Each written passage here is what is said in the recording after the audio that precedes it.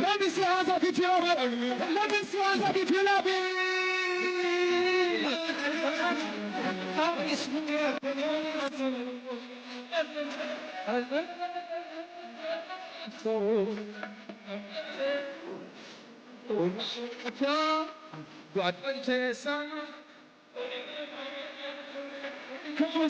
Clap for us. Sure. Let me sit. Let me sit. You got anything?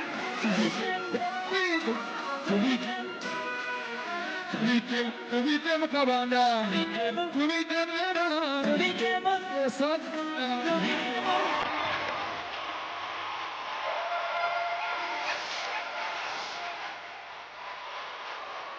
check. Oh, you man, you put on Munyonyo, everybody say,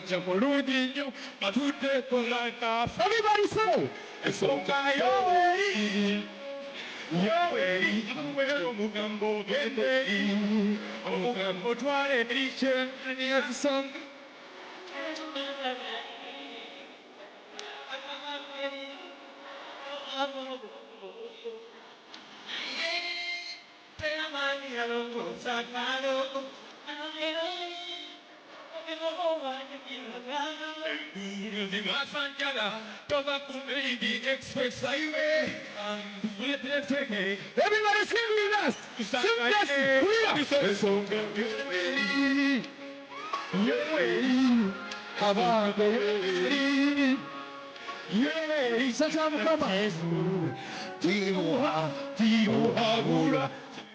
Everybody say Timuha,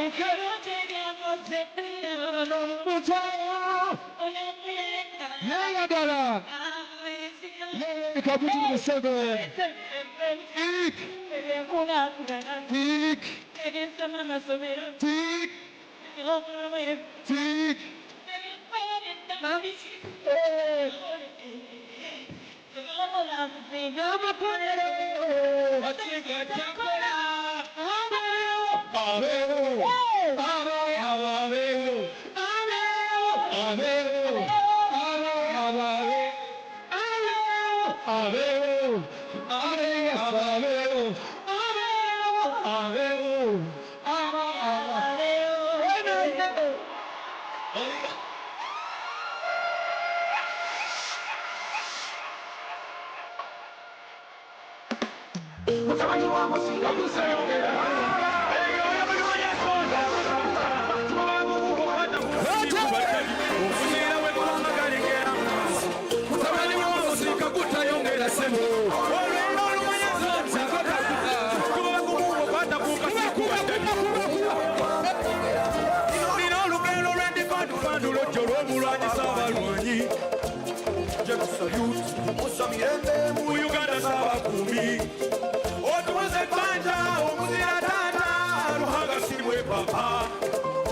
Otuche wala, otupulute yomukuba.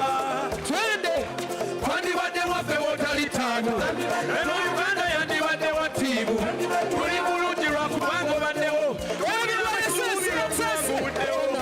bagamba tiki Ngenda kutekinga basi. Akalulu kenyanga wako wakikofira. Ngenda kubotinga mze. Kulwa Uganda yaffe eno n'ebiseera by'omwaka.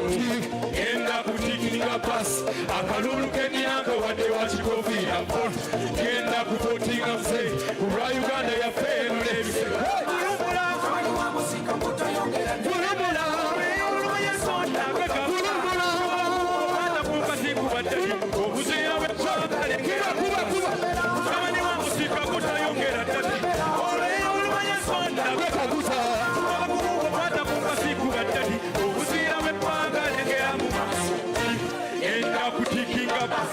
Akalulu kenyanga wadde wakikofira.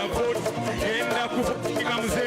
Kulwa Uganda yaffe eno n'ebiseera eby'omumaaso. Ngenda kutikinga basi. Akalulu kenyanga wadde wakikofira. Ngenda kubotinga mze. Kulwa Uganda yaffe eno n'ebiseera eby'omumaaso.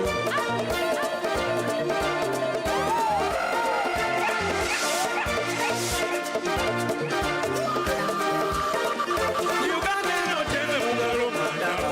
Tegenda kutomera na mmoga.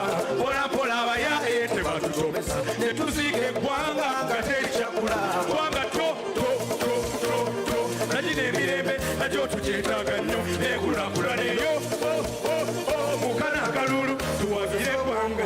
Twagala sobola. yakikuttemu yakitegeera Ekikofiira. yakikuttemu yakitegeera yakikuttemu yakitegeera yakikuttemu yakitegeera yakikuttemu yakitegeera yakikuttemu yakitegeera yakikuttemu yakitegeera yakikuttemu yakitegeera Akalulu kenyanga wadde wakikofira. Ngenda kubotinga mze. kuba Uganda yaffe eno n'ebiseera eby'omumaaso Ngenda kubotinga basi. Akalulu kenyanga wadde wakikofira. Ngenda kubotinga mze. Kulwa Uganda yaffe eno n'ebiseera.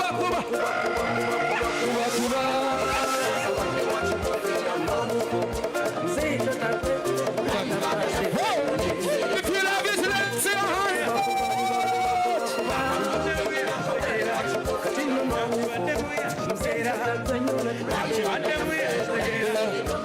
yakibaddemu yakitegeera yakibaddemu yakitegeera.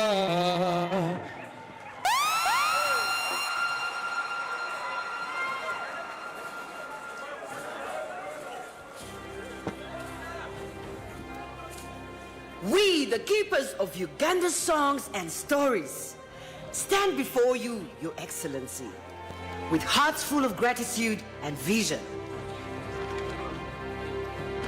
As creatives, we vow to guard this bond, to sing it, to dance it, and live it. We pledge our hands, our art, our voices, in unity, in loyalty, in support of your leadership, believing that continuity is strength and that your vision is Uganda's future. This is our vow. This is our pledge.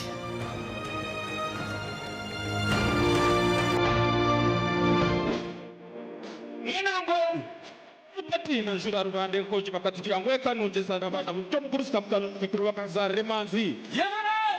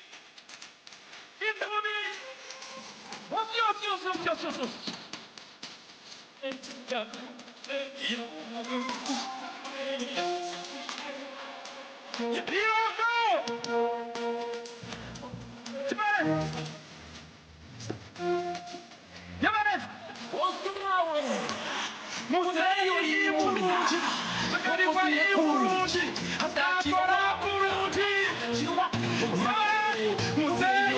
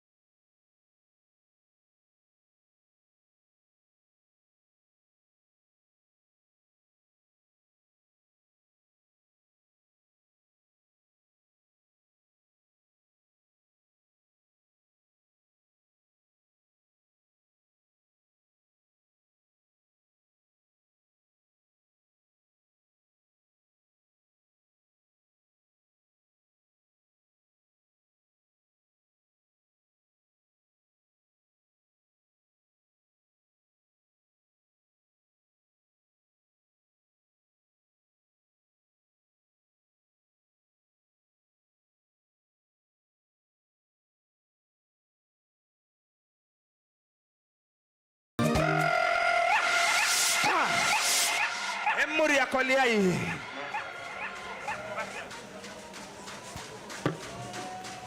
This is Superstar Friday on 933 KFM.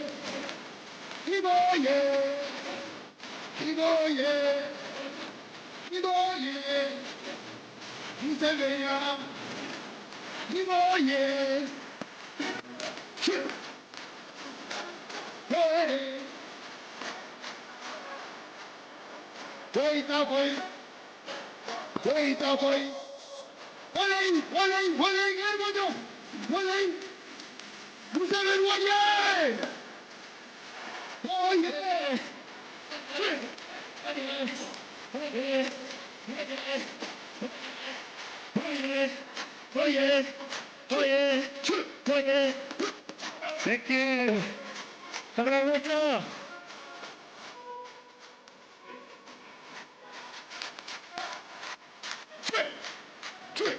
Thank you.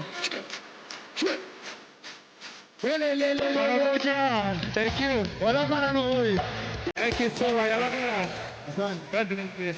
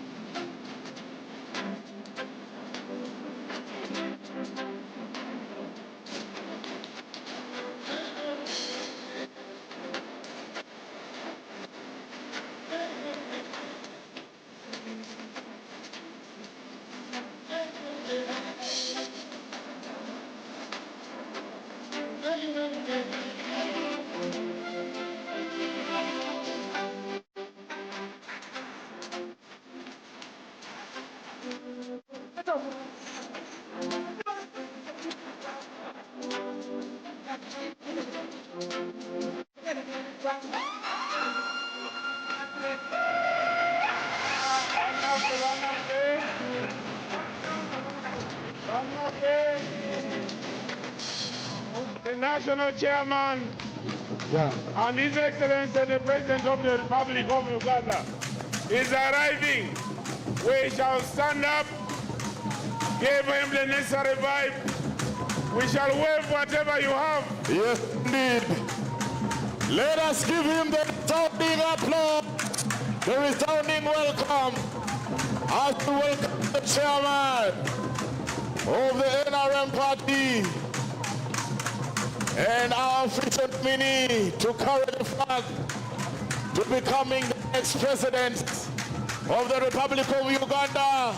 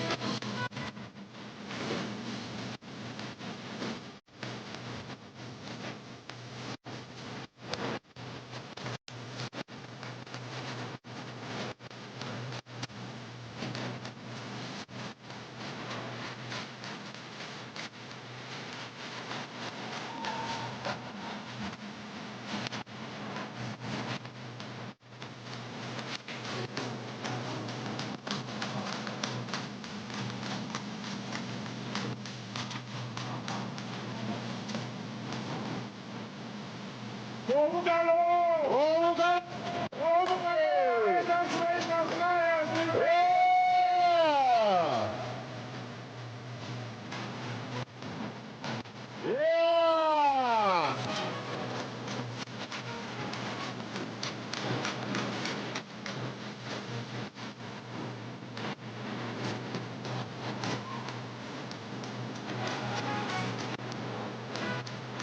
you.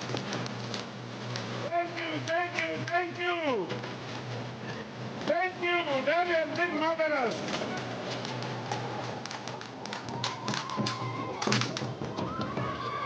That has been marvelous. That has been marvelous. Thank you very much. Ladies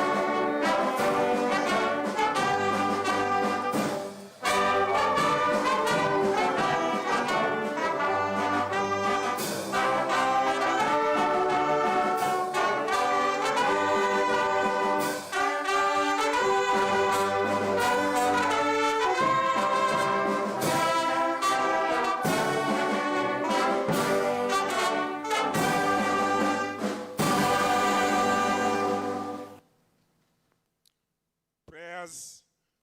Shall have the prayers. The Christian faith will be represented by Pastor Vijingo. And then the Muslim faith is going to be represented by Sheikh Abdul Sematiko. You are most welcome.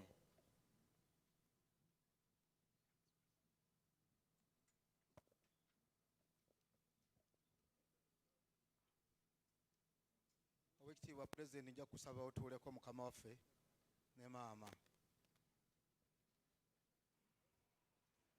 Bismillahi rrahmani rrahim. Ayi Katonda waffe obuyinza gw'otukuŋŋaanyiza mu kifo kino eky'emirembe nga gw'oli mirembe egisembayo mu nsi eno.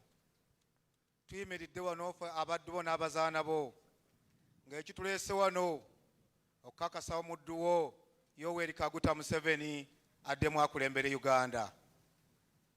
Tusaba emirembe okuva gy'oli egikuuma muzeeyi waffe okubeerawo emirembe mu nsi muno, omuwa obuwangazi obulungi, omuwa amagezi era amagezi g'abadde alina omwongereko ebintu byakoze ku 10 yakakolako 7.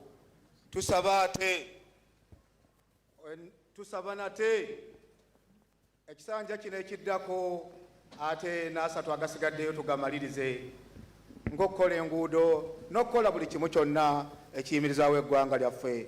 Ayi Katonda watugaa nti senga muna neebaza nja kubongera. Ayi Katonda tusiimye olw'obulamu obulungi bwe watuwa n'omukulembeze omulungi gwe watuwa awuliriza asakira abantu. Tusaba Katonda omukuume omuwa obulamu obulungi. Manifesto yaffe eno gyagenda okutongoza etugase egase eggwanga lyonna okutwaliza awamu.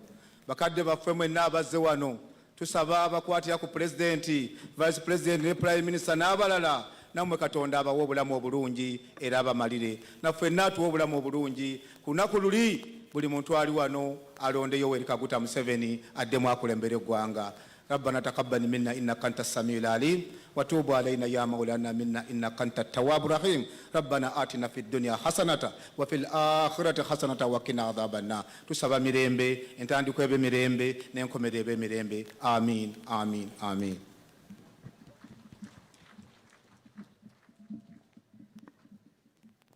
Heavenly Father, we thank you for this great day. Thank you for keeping our dear parents, His Excellency Yoweri Kaguta Museveni, and our mother, the mother of the nation, Mama Janet Museveni. Thank you for the gift of life that you've given to them. Thank you for the entire cabinet. Thank you for everyone that is in this place. And we thank you for the peace that is everywhere in all parts of this country. That's among the gains, Father, that we want to protect. The peace that is from border to border. We have come here, Lord, for purposes of launching the manifesto. The Bible teaches in the book of Proverbs, chapter 16, verse 9, that a man's heart plans his way, but only the Lord guides the steps. Dear Lord, accept this manifesto. Guide the steps of our leader. Give him good health. Give him favor. It's you, Lord, who gives favor, and whom you give favor obtains favor before men. Let His Excellency obtain favor before you and before all men, in that whoever thinks of voting thinks of the peace that you led him to give to this nation. We have all the peace, we have all the freedoms, the freedom of worship. This country was given to you. It's in your hands. That's why even right now, before everything to be done, we have prayed. Father, we pray that you take charge. Holy Spirit, take charge. Take charge of every word that is going to be spoken here. Take charge of the lives that are in this place. We know there is security, but send the angels to guard all of us. Send the angels, Father, assign them to guard our fountain of honor as it traverses the whole nation, to be safe. Give him good health. Give him wisdom. You give wisdom. You gave wisdom to Solomon, the king. You have given His Excellency wisdom for the last 40 years, and you have given him strength. Double it, Father, we pray. We pray, Father, that as the manifesto is being launched today, let every man in this nation understand what the manifesto says and give us the blessings to add on what you have given us, what we are protecting us again. Lord, take charge of the food, take charge of the drinks, take charge of everything. Let all go well. And at the end of the day, we shall give you all the glory. We have prayed for that in the name of the Father, the Son, and the Holy Spirit. Amen. Another round of applause to God. Your Excellency and Mama, you are most welcome to this very auspicious occasion. And our next item on the agenda is the Secretary General giving his remarks and introducing the members and giving his remarks. Secretary General, you are most welcome.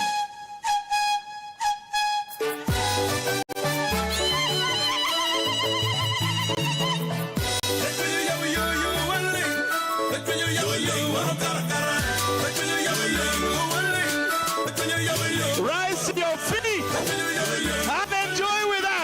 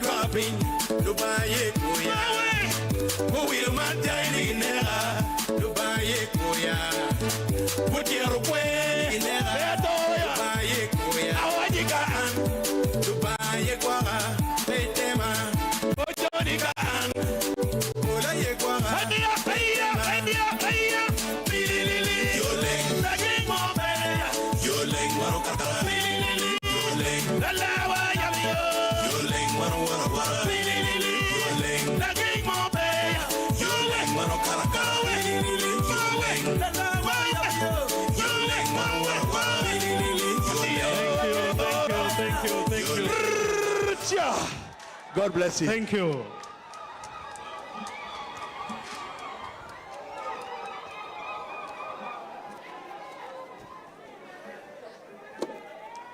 For those who might not know, that song glorifies God. It praises God for opening our way and making sure there are no hindrances on our path. Thank you.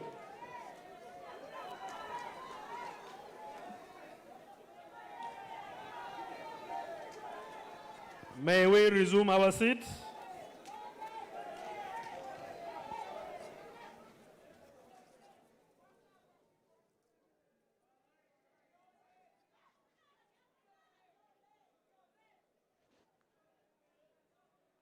Your Excellency, the President of the Republic of Uganda and the National Chairman of the National Resistance Movement Party, Mama, the First Lady, Mama Janet Kataha Museveni, Your Excellency, the Vice President of the Republic of Uganda, the first National Vice Chairman of the party, Alhaji Moses Chigongo, the second National Vice Chairperson of the party, Right Honorable Anite Annette Among, members of the Central Executive Committee who are here, I will introduce you one by one. Your Excellency, the Vice President Emeritus, Dr. Speciosa Kazibwe, ministers who are here, members of Parliament, my colleagues from the party head office, ladies and gentlemen. I welcome you all to this very noble and very powerful function on behalf of the party. Your Excellency, with your permission, allow me to introduce members of the Central Executive Committee one by one. Because from the time they were elected, I'm sure many might have not said even hello to members of their leagues. We have with us the national chairman of the party and our presidential candidate, who is none other than His Excellency Yoweri Kaguta Museveni, the chairman of the Central Executive Committee. We have the first national vice chairman of the party, Alhaji Moses Chigongo. Thank you so much, Muzee. We have the second national vice chairperson of the party, Right Honorable Anite Annette Among.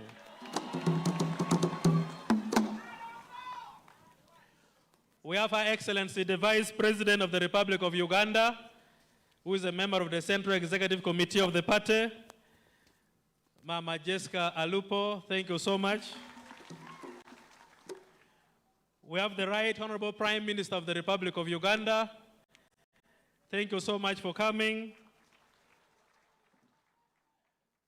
We have the Regional Vice Chairman for the party. I start with the Honorable Aruna Kasolo, representing Central Region. We have Honorable Calvin Echodo, representing Eastern Region. We have Mr. Uhuru Salim, representing Kampala. We have Mr. Asim Joanat, representing Western Uganda.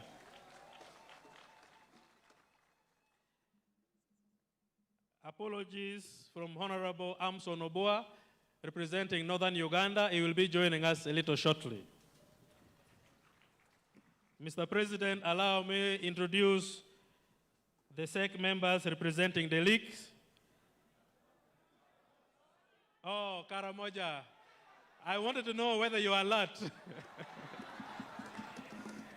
Comrade Dr. Loki John Baptist. Karamoja oye! Mata. Thank you. May I introduce the members representing the leagues? We have Comrade Tanga Collins, representing the youth.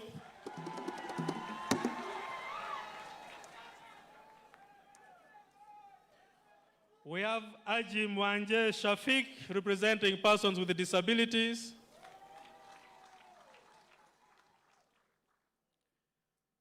We have Aji Basaja Balaba, representing the entrepreneurs.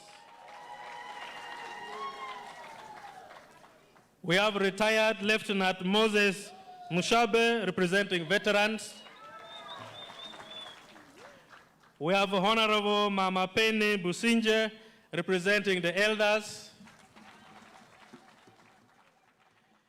In the House, we have the Women's League, the executives, because the chair of the Women's League is absent. The Women's League executive is here represented by Mama Enid Mesije and all the executives of the league. Please, may you rise up for recognition. We have Anne Ruyonorumumba Todung, that one is, you know, and the rest. Your Excellency, allow me to introduce my colleagues from the party head office. Oh, sorry. Workers. Honorable Rwakajara Arenaitwe, please may you rise up, representing the workers. We have retired Colonel Tom Butime, representing historicals. May I introduce my colleagues from the party head office, and I request that they come here so that you look at them properly.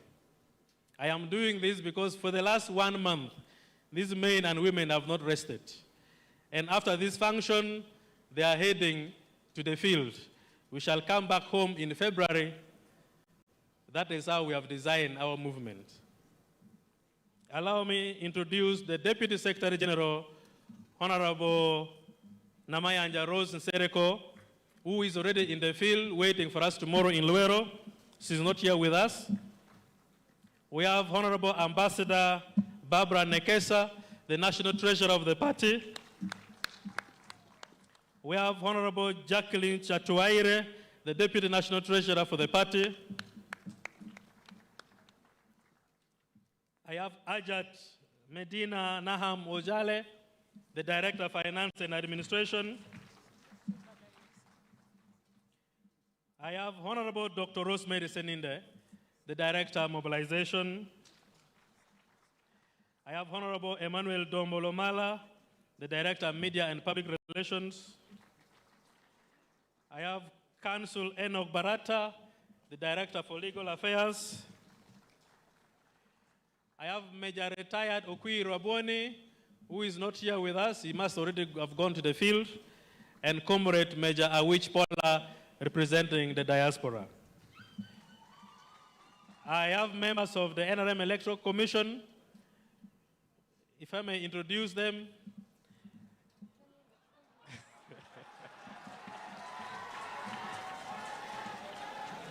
Dr. Tanga Odoi, Chairman, NRM Electoral Commission.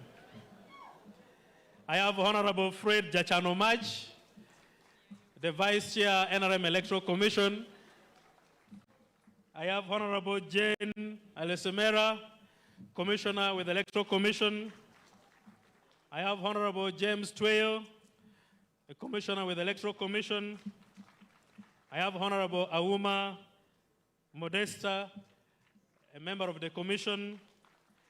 And I have Ajat Draware Zaitun, a member of the Commission.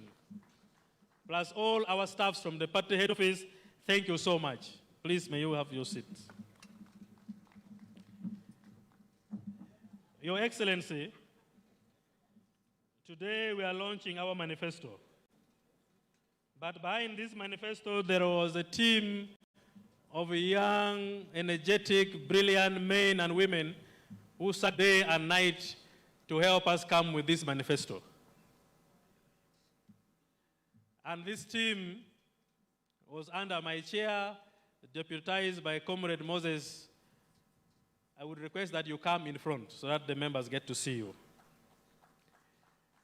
As we were doing our work, we co-opted in a way of consultation a few technocrats because we wanted to align our manifesto with the National Development Plans and the Vision 2040. And so we were working with the PSST closely for guidance and aligning our manifesto with the development agenda of government. I think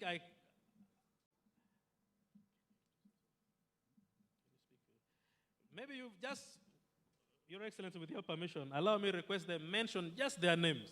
That is the only gift you can give them for the good work they have done. Just mention your name and in 1 minute. Your Excellency, all protocol observed, my name is Stephen Tayebwa.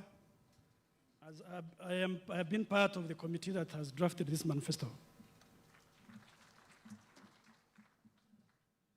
Your Excellency, my name is Marvin Senkungu, part of the drafting team. Thank you very much.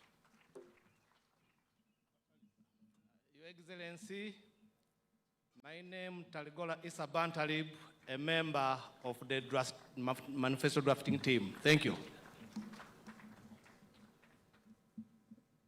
Your Excellency, my name is Capson Sausi from the NRM headquarters.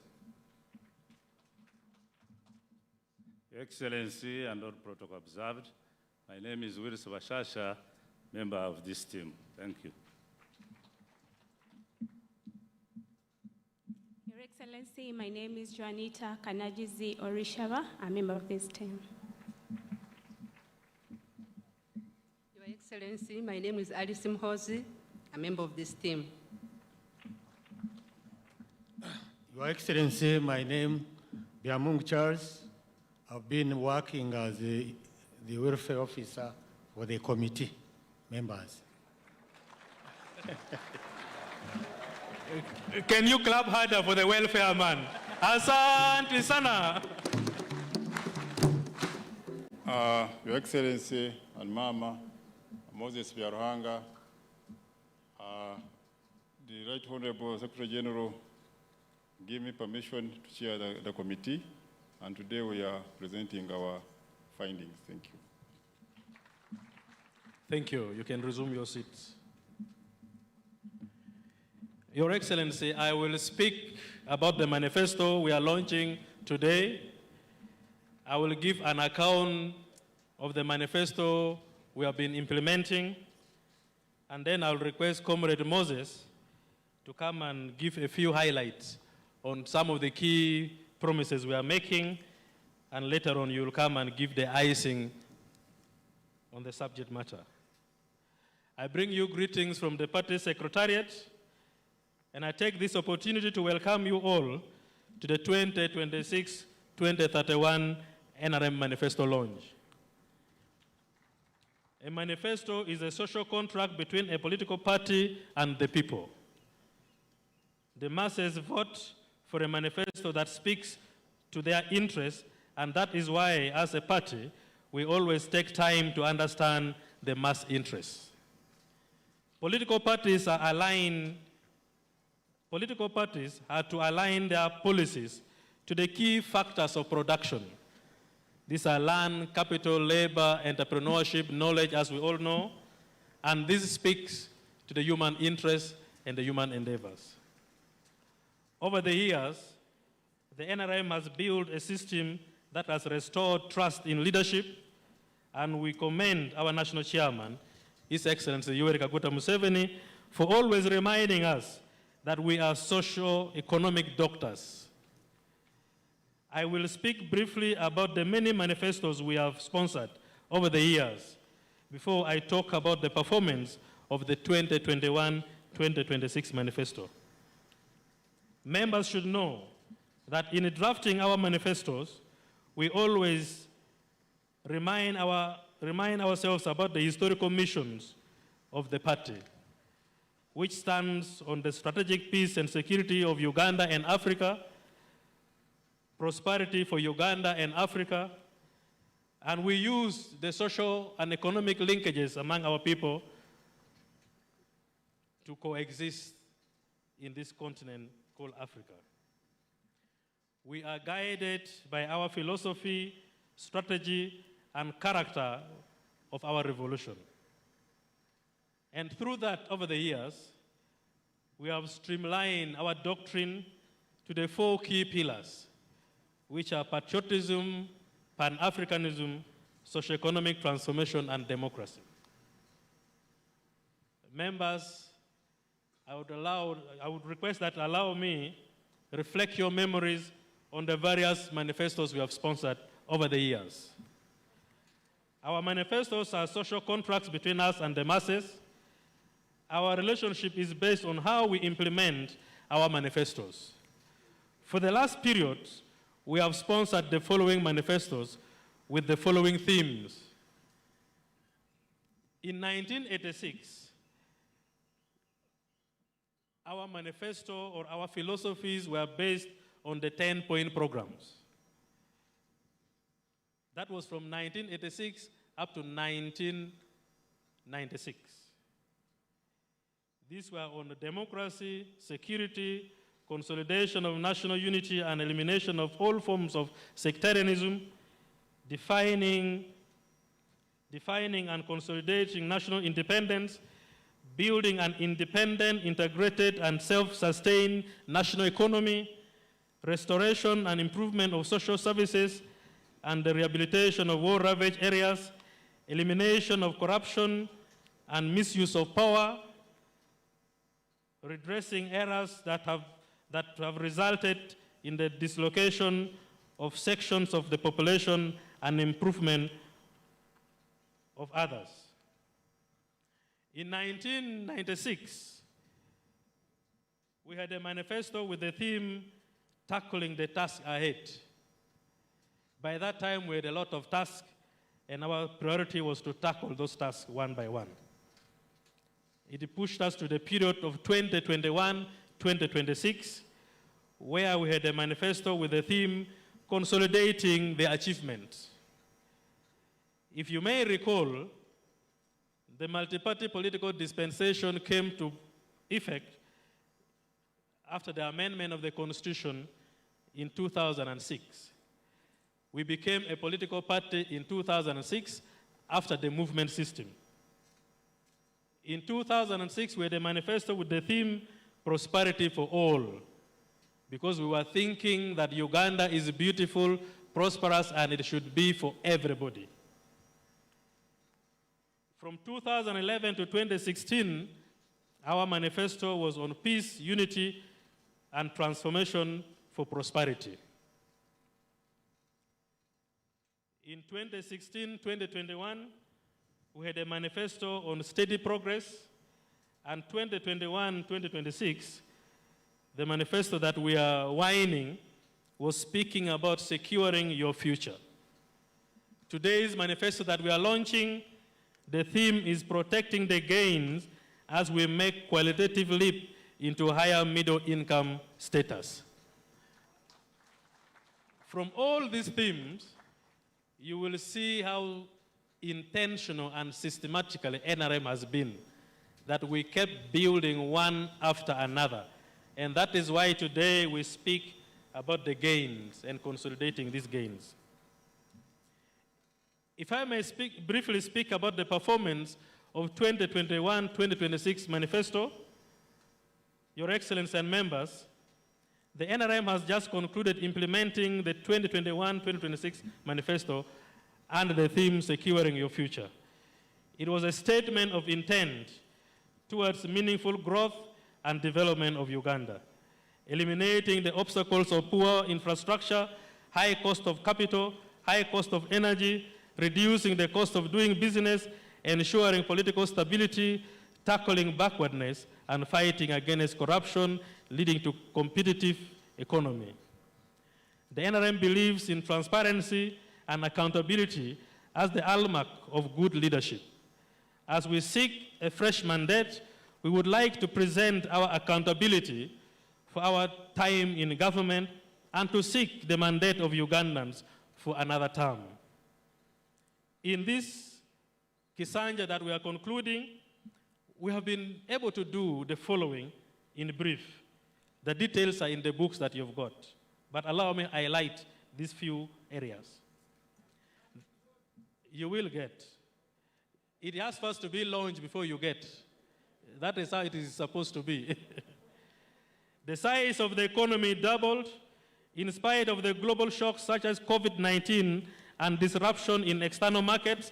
By the end of the financial year 2025-2026, the size of the economy is projected to expand to shillings 254.2 trillion, which is $66.1 billion, from the $61 billion which was in 2024-2025. We congratulate the government of Uganda for implementing our manifesto well. Right, Honorable Prime Minister, we are very grateful for the work you have done. Ugandans are wealthier because poverty has declined from 21.4% in 2016 to 16.1% by 2025. While the proportion of households engaged in subsistence economy fell from 68.9% in 2010 to 33.1% by 2023-2024. The cost of living has as well been managed as prices of basic utilities like sugar, fuel, soap, and salt have either remained unchanged or reduced. NRM has a track record of prudent management of price stability, which has made Uganda one of the least costly and price predictable countries. Jobs are back after recovery from COVID effect. Our job market was remarkably hit by COVID-19. However, we are happy to report that due to the prudent economic measures, new jobs are being created. Our jobs have increased from 258,286 in the financial year 2020-2021 to 345,039 jobs. The shillings has been the most stable currency in Africa. During the financial year 2024 to 2025, our shilling gained value as many other currencies lost theirs. Factories have increased to an estimate of 50,000 from 37,559 in 2029-2020. This industrial growth is driven by investments in industrial parks. We thank His Excellency for preaching about industrial parks. Total export earnings from goods and services reached US $13.3 billion in financial year 2024-2025, of which US $10.6 billion was earned from export of goods only.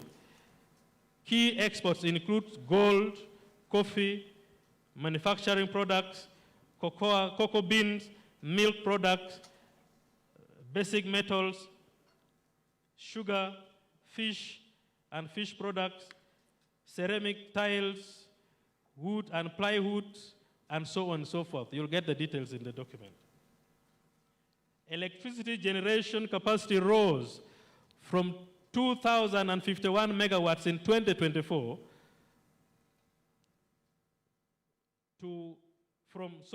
it rose to 2,051 megawatts in 2024 from 1,839 megawatts in 2019.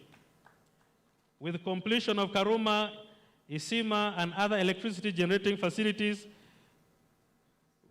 with this, we have increased our capacity to power our industrialization and connected more Ugandans to the national grid. The tourism sector made a strong rebound. The number of tourists arriving recovered to 1.37 million in 2024 from 473,885 from 2020. Tourism earnings have grown by 13.1% to US $1.352 billion in the last 12 months. In the past 10 years, we have invested over 11 trillion in key wealth initiatives like PDM, Emioga, and others. These initiatives have contributed to poverty reduction from 56.4% in 1992 to 16% by 2024. We have cut down the numbers of households in subsistence economy by more than a half, from 68% in 2014 to 33% in 2024. Ugandans are living longer, happier than before. Life expectancy at birth has improved to 68 years from 45 years in 1986. Mothers are no longer dying from childbirth-related complications like they used to do. The overall maternal mortality rate has reduced from about 44% from 336 deaths per 1,000 live birth to 189 per 100,000 live birth, in the last 10 years. The number of children dying before their first birthday has significantly reduced. Infant mortality rate has reduced from 122 deaths per 1,000 live birth in 1986 to 28 deaths per 1,000 live birth in 2024. This is way below the average of sub-Saharan Africa, which is at 42 deaths per 1,000 live birth. We thank the Ministry of Health for these wonderful records. Malaria incidence reduced by 24% from 302 per 1,000 population to 230 per 1,000 population over the past 5 years. Through NRM, Universal Primary Education Program, Uganda children are going to school, and the national literacy rate has risen to 74% in 2024 from 43, which was in 1986. The enrollment rate in government-aided primary schools increased to 9.1 million learners by 2025, up from 2.5 million, which was in 1996. The national road network is in better condition. The road network that is tarmac has increased to 6,288 kilometers from 1,000 kilometers, which was in 1986. As a result of Uganda becoming wealthier, they are living in better houses. Uganda housing stock has increased from 6.53 million units in 2014 to 7.99 million units in 2024, with the proportion of households living in grass-thatched houses decreasing from 37.6% to 25% in the same period. Ugandans can now access safe and clean water. Currently, 68% of population in the rural within the walking distance of 500 meters and 71% in urban areas within a walking distance of 200 meters have access to clean and safe water. At village level, the number of villages with the safe water, with a safe, clean, and affordable water supply system increased from 38,809 villages to, in 2021, excluding Kampala Capital City Authority, to 57.313 villages out of 71,210 villages in 2025, which is about 81% water coverage. Uganda is peaceful and stable. In spite of the above achievements, there remains unfinished businesses that we intend to resolve in this next term.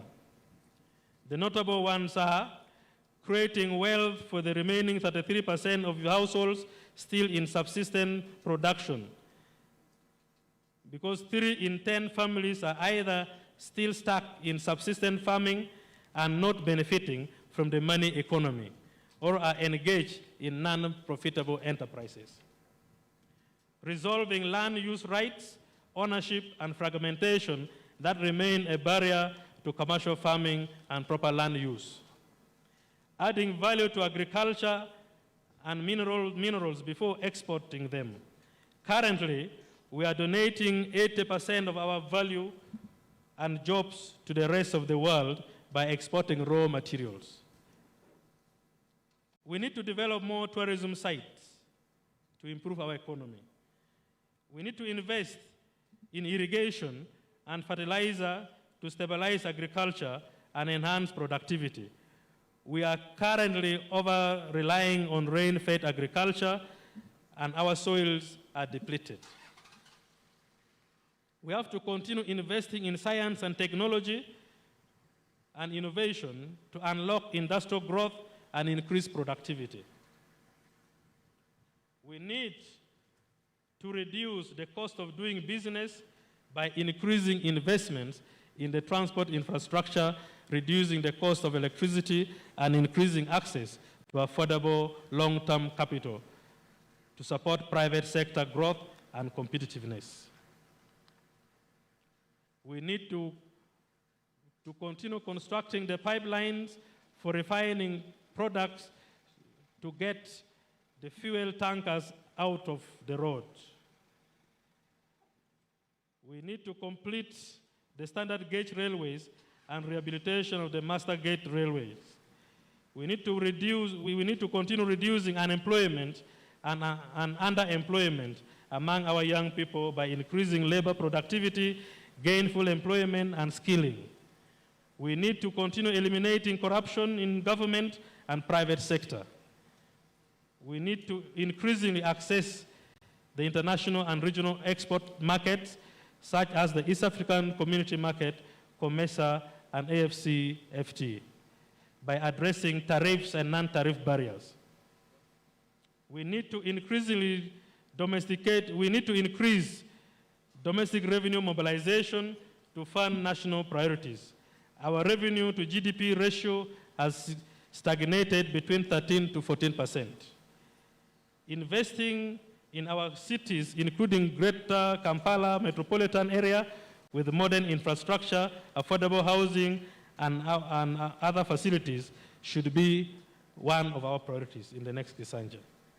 We need to continue investing in more industrial parks and export zones to increase industrialization, create jobs, substitute imports, and increase exports. We need to be investing in creative arts industries, sports, talents, development, and wealth creation, and youth employment. Comrades, we need to keep expanding affirmative action programs to attain social equity and ensure no Ugandan is left behind. We need to keep enhancing quality of health care and education. On education, the issue of charging parents' fees in UP and USE schools that are already funded by government should stop. In health, the issue within the means of health, we need to fight the theft of medicine and laxity among health workers. We need to continue dealing with environmental degradation and climate change. The above notwithstanding, the national resistance movement has defended Uganda with meager resources in the past. We now have greater means and resources to lift the country into a higher middle income status. Allow me to run you through the key thematical areas of the next manifesto we have, that we are launching today. The theme of this manifesto is protecting our gains.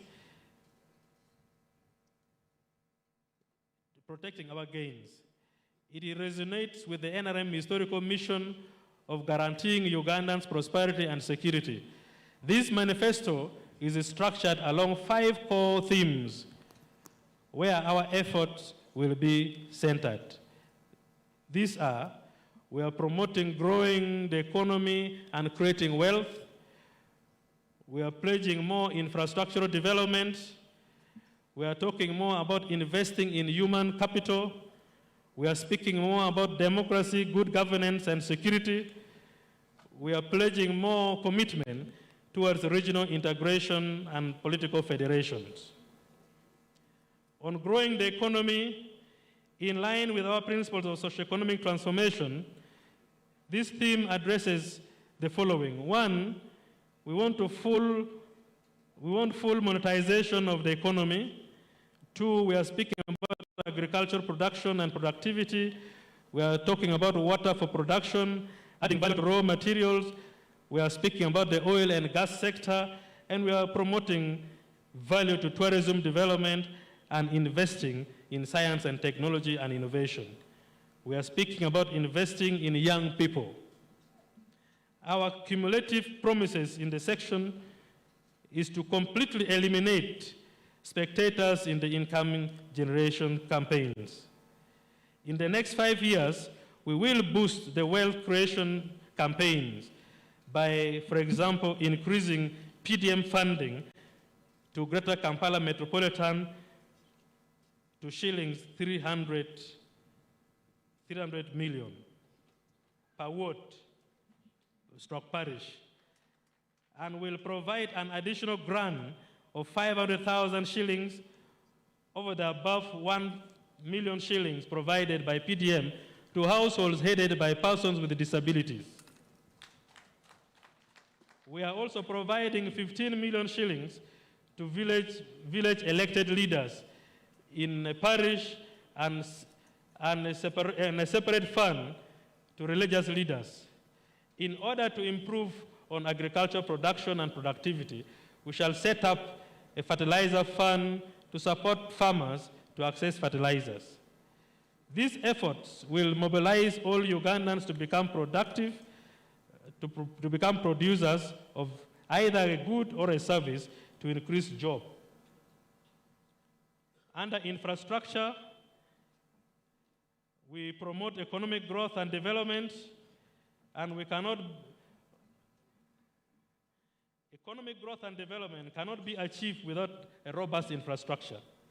This theme provides our commitments towards: 1, transport, which are roads, railway, and air. We are committed to invest more in energy for sustainable growth and affordable housing. On water transport especially, we shall establish new ferry services at Busi Highland in Wakiso, Kome to Damba Highland in Mukono, Nangoma to Kasensero, Albert Nile Ferry, Lake Kwania ferries, and landing facilities. We are speaking about that also in Amuro, Rhino Camp Ferry, and landing facilities, and procure a ferry for Chamuswa, Kalangala. Our investment in infrastructure development will aim to guarantee low cost of doing business by providing cheap electricity, cheap transport, cheap internet. This was our wealth creator. This way, our wealth creator will earn good profits to save the investment more. We want to invest more in the people, especially the young people. Our focus is on building a more skilled and science-oriented labor force to support manufacturing and innovation. The theme covers our commitment to the provision of education, health, water, natural resources, and climate change. In the next 5 years, we will continue to implement reforms in the school curriculum at all levels to ensure that our institutions of learning produce more job creators rather than job seekers. We will ensure that the school curriculum is aligned with the demands of the job market. We will build more schools and hospitals and recruit more health workers, and 49,406 teachers will be recruited. We will progressively enhance salaries for civil servants, including arts teachers, so they should not be striking at this time. On democracy and good governance, as I move towards conclusion, the democratic credentials of NRM are unquestionable. Under this theme, we present commitments in the areas of deepening democracy, decentralization, fighting corruption, securing life and property, promoting justice, law and order, labor and employment, affirmative action initiatives. We talk of NUSAF, PRDP, cattle restocking and compensation, and land governance. We will continue to entrench the principles of good governance, democracy, equality before the law, as we promote zero tolerance to corruption. We promise to continue securing the lives and property of all Ugandans by preventing and combating all threats to our peace and security. On regional integration and political federations, in line with our principles of Pan-Africanism, we have, under this section, made commitments to prosperity, securing fraternity of the African people. In the next term, we will continue to support implementation of activities leading to East African Community Federation, including the promulgation of the East African Constitution. work within the East African framework to establish the single East African currency, and work with other East African community members and countries to eliminate all non-tariff barriers within the region. Finally, we urge all Ugandans to read and internalize the wonderful programs outlined in the NRM Manifesto. We trust that this manifesto is the umbrella principles and umbrella thinking of we, the NRM members. The details of other promises are in the books that you'll see, where we have given detailed pledges on key issues and items.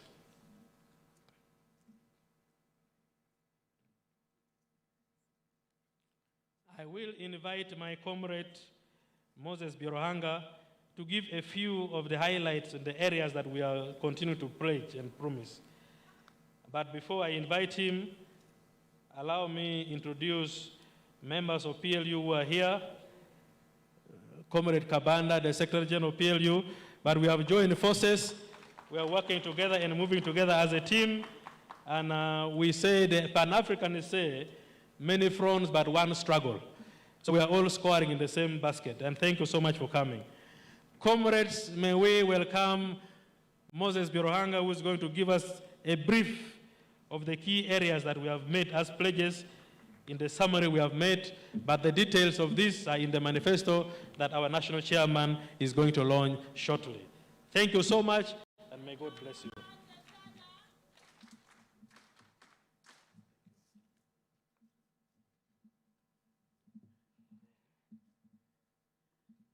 After Moses, I will invite the second national vice chairman of the party, chairperson of the party, to come and give a few remarks. And then the first national vice chairperson will come and give his remarks and invite our national chairman to speak and launch the manifesto. Thank you so much. Thank you, my young brother, Richard.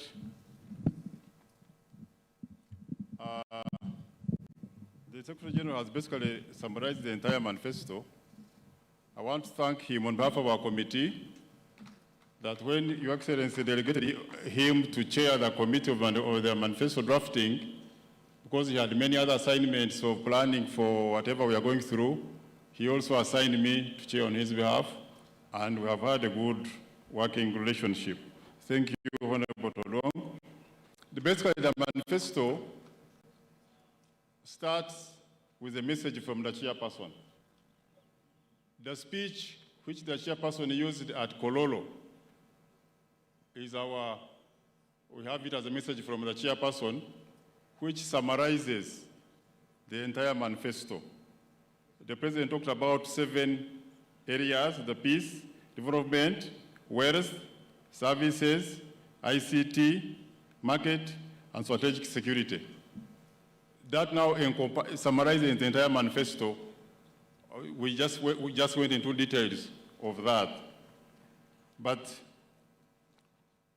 what the Secretary did not left out was that, for instance, on agriculture, our target is to continue with the research,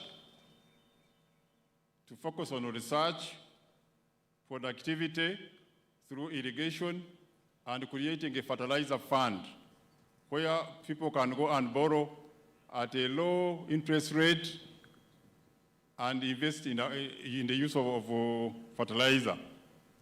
On research, our scientists at NARO, they need to be applauded.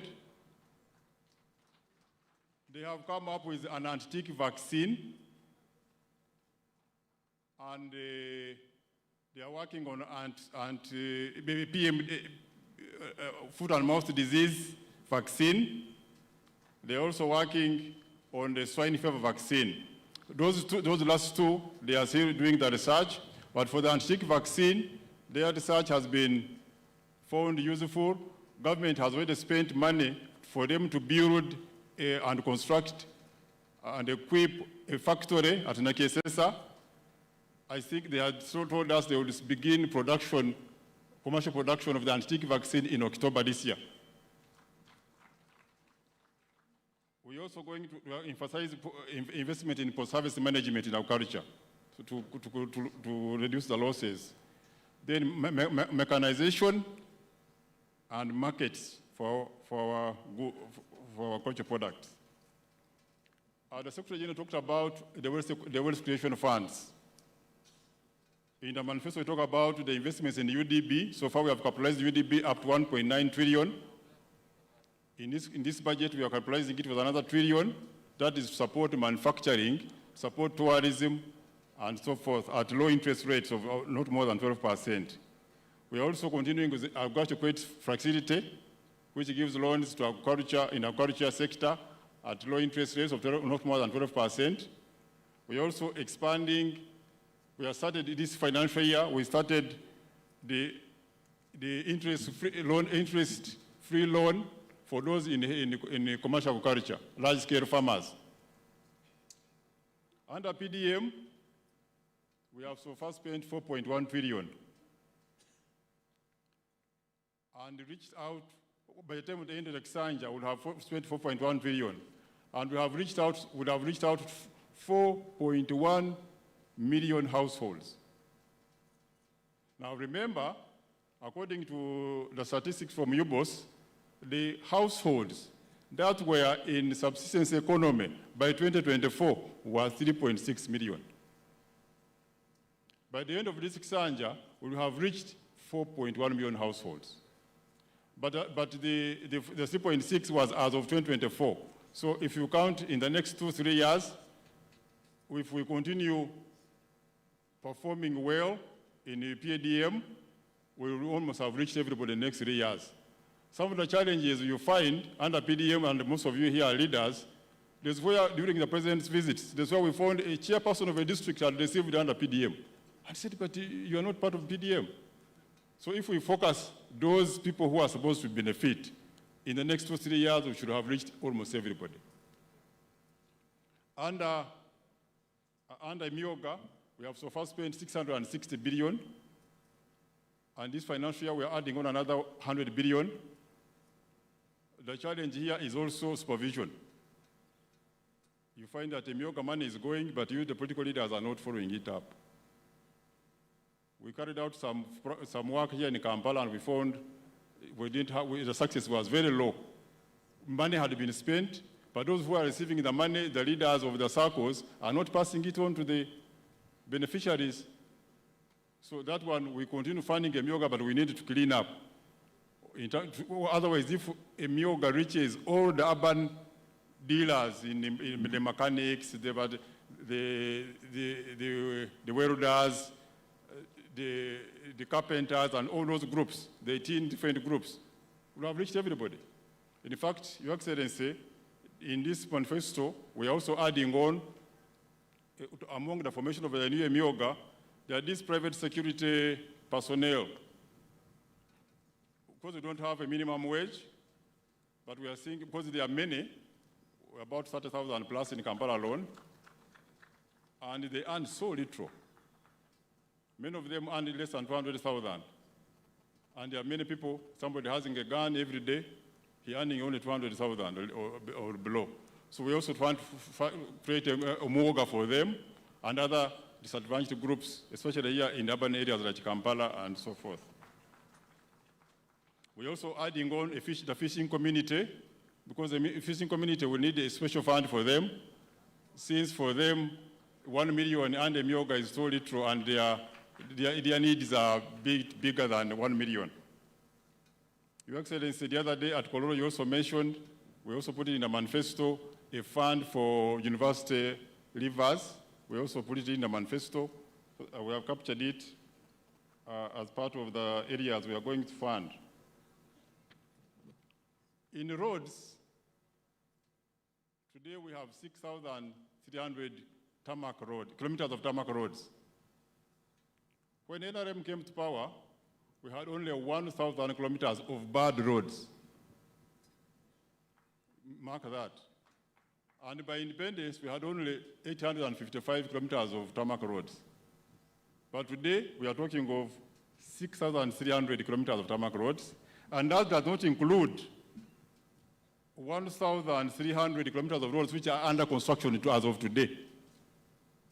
So if you add 1,300 to the 600 6,300. We could talk about 7,600 kilometers of roads.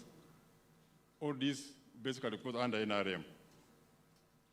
We are also promising, as of today, we have 1,700 kilometers of roads under procurement, so those are going to start immediately. In fact, most of them are starting this financial year as part of the end of Kisanja, so we shall complete them in the new Kisanja. We have 2,400 kilometers of roads under design, so those also are for implementation. And we have earmarked funds permitting 2,800 kilometers of roads to start on either for design and then continue with them in the next Kisanja. We're also working on the various bridges across the country. For the district and urban, in Greater Kampala alone, so far they have completed 55 kilometers of tarmac roads, but we have secured funding to tarmac 293 kilometers of roads within Greater Kampala, that's Kampala, Wakiso, Mukono, and some parts of Mpigi. And most of them have started, others are under procurement.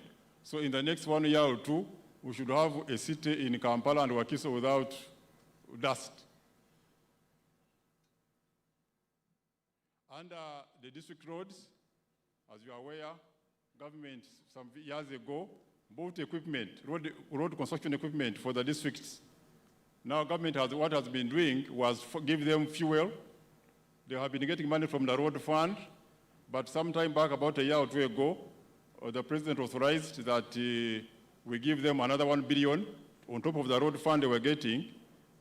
So we give 1 billion to all the districts, all the municipalities, and all the cities minus Kampala, so that the 176 units of government units are all receiving this money for maintenance of roads.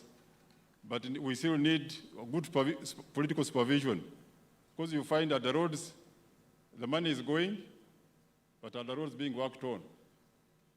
Now here the political leaders have to play a role. The Secretary General talks about the railway. I will not go into it.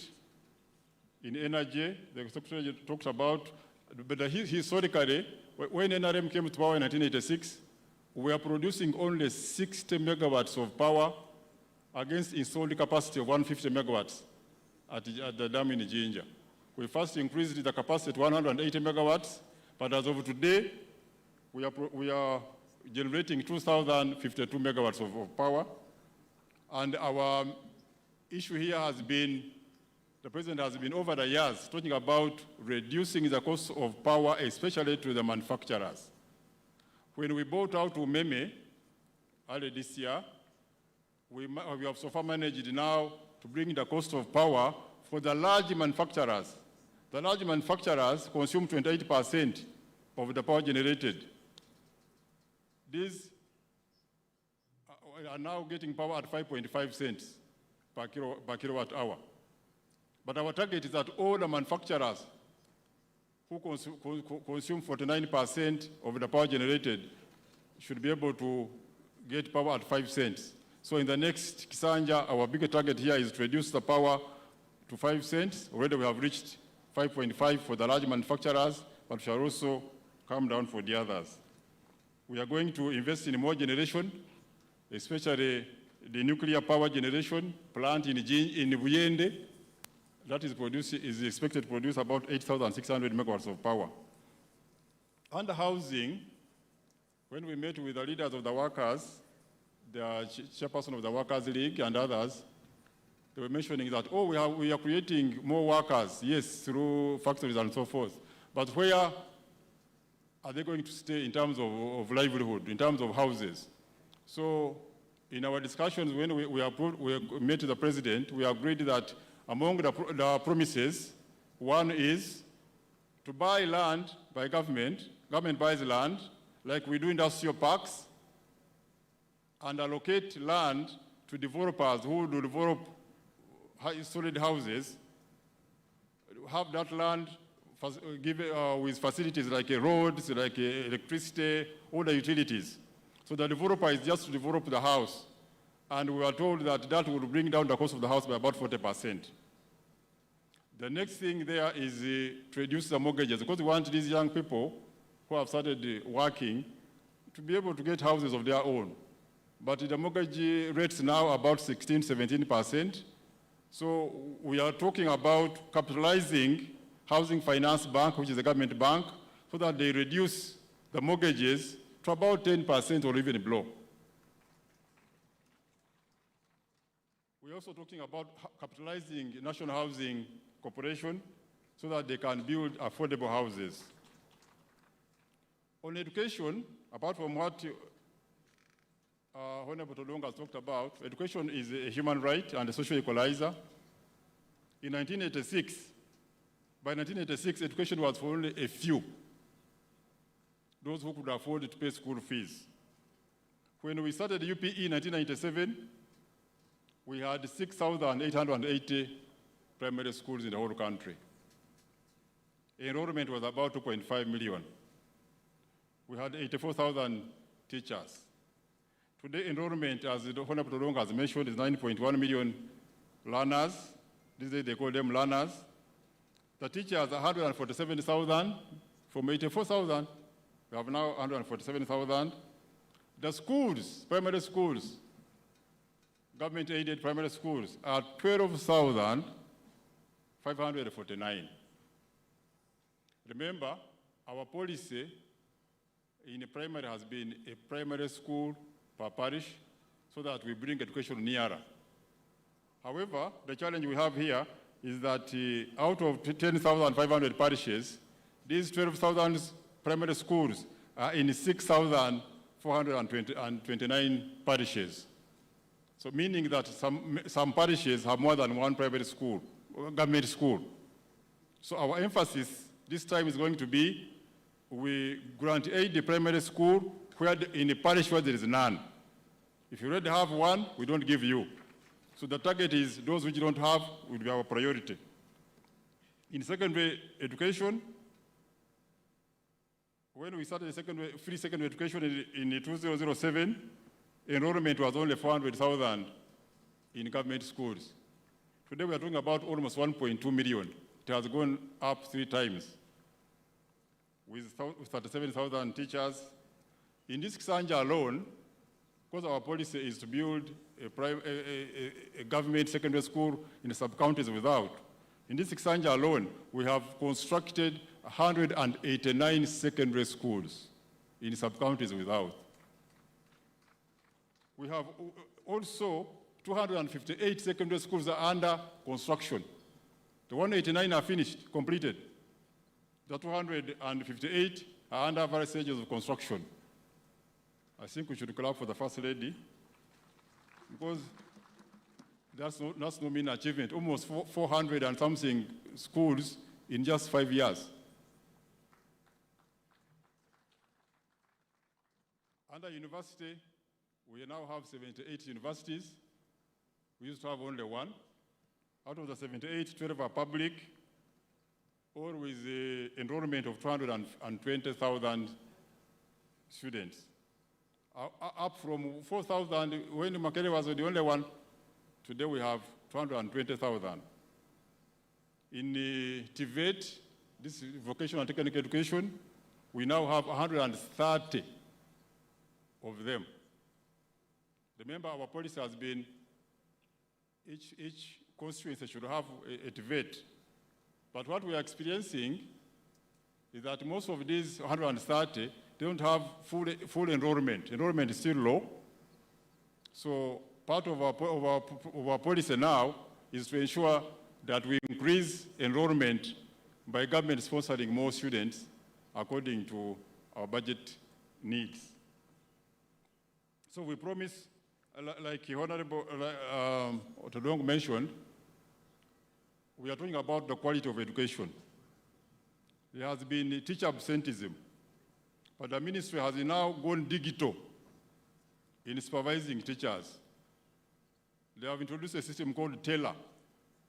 Gone are the days when now teacher absenteeism, where it has been installed and is working fully, teacher absenteeism has improved. I mean, teachers attending to schools, to your children, has improved from about below 50% to now about 85%.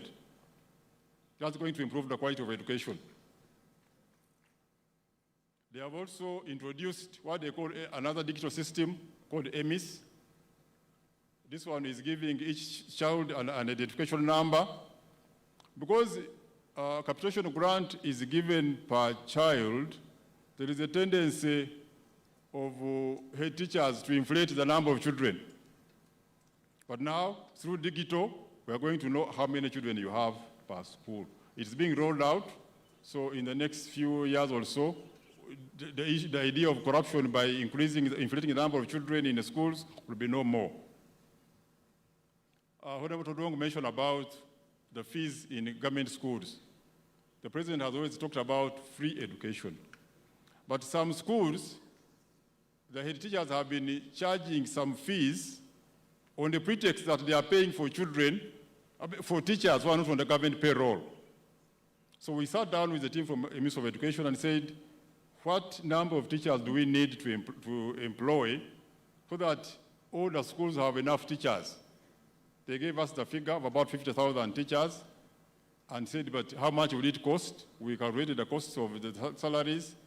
And when we discussed with the president, he said that one can be afforded in our budget framework. And so we are going to plan to ensure that all teachers have the necessary number of teachers they require so that no school has the pretext of charging that they're going to pay teachers not on the payroll. So we shall continue. Even we are planning to rehabilitate the 121 traditional schools, like Kabalega Secondary School where I went, Luhaga Secondary School, Tororo, all those old schools. There are 121 of them. They are going to be rehabilitated in the next Kisanja. On health, our target has always been curative and preventive. But many people talk about the curative side and don't emphasize curative. As Honorable Todong mentioned, today, as a result of immunization, which is at 95%, and that 5% is not because of government, it's because of parents who never take their children for immunization. Otherwise, it would have been 100%. And by 1986, immunization was only 30%. When we started these programs in 1987, we were only immunizing against six killer diseases. But we have now increased them to 14, including malaria, which is recent. Uganda today has 78, and has 78 hospitals. These include 54 general hospitals, 16 regional referral, 5 national referral, and 3 specialized hospitals, 217 health center 4s, 1,553 health center 3s. And this is contrasted. In 1986, we had only 49 hospitals. Today we're talking of 78 hospitals, but the health center 4s, which are 217, are hospitals in their own right, because they have a theater, they have a doctor, they have all those diagnostic equipment. So when people talk about, in those 60s, the health system was better. Access to health services was very far away. I come from Munyonyo. We had, of course, a hospital in Hoima. The other one was in Bulisa. The other one was in Kagadi. The other one was in Kivoga. And Masindi, and then Kiyandong. The whole of Munyonyo. But today, we are talking of so many health centers which are hospitals. And this, as a result, that's why Honorable Todong was giving you the improvement in infant mortality, maternal mortality, and so on and so forth. So our plan in health is to ensure that all the remaining sub-counties without health center 3s build more hospitals, but also equip the existing ones with the necessary equipment, like MRIs in all regional referral hospitals, CT scans, and so on and so forth. And last on health is the total eradication of malaria. the people in health told us that 40% of the people who go to health centers in Uganda are malaria cases. And this can be eliminated. We asked them, what does it require? They gave us some formulas. It requires some little more money. But now that we are not holding, in a year we're not holding elections, we managed to raise about 800 billion plus for the census. We have now managed to raise money of $1 trillion for this exercise elections. Now, they talked about 800 or so billion required if you are to eradicate malaria totally. So in between, we can plan and ensure that in the years when we don't have, because it will be a one-off, we can find, we shall have a plan to ensure that the total eradication of malaria in Uganda, and that will improve better on health services. Honorable Long talked about the water. I don't want to go back into the water. He talked about the environment. I don't want to go into it. But on water, today 57,000 villages out of 71,000 have access, have a clean water source. Up from 38,000 in 2021. So in the district Sanja alone, we have provided 18,500 villages with the water sources, a clean water source. So as of today, the villages without a clean water source are only 13,000. So if we manage to do 18,000 in the last Sanja, why can't we do the 13,000 in this Sanja and make sure that every village has a water source? And that's going to be our target. So any village there without a water source in this Sanja, you will have water. Our environment, maybe what Honorable Todongo need to talk about, the President has been mentioning it, we are encouraging the better use of the water wetlands.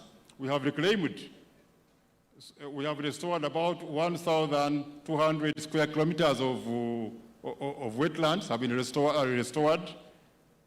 We have cancelled about 300 titles which were given out in wetlands, and another 300 are in the process of being cancelled for people who got titles in wetlands. But also we are encouraging fish farming in the periphery of the wetlands against rice farming. First of all, the fish farming is ecosystem friendly, it's friendly to the environment, but they also get more money. The President has been talking about the remote experience in Kibuku district, in Bukedi. So we want to encourage that in all the other areas. On corruption, apart from what Honorable Long mentioned, digitalization of the economy is going to help us.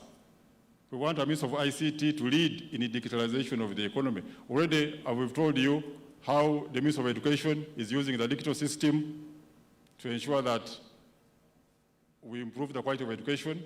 The Ministry of Health is also rolling out a digital system which is fighting absenteeism of health workers, at the same time following up the issuance of drugs to ensure that the drugs are not stolen.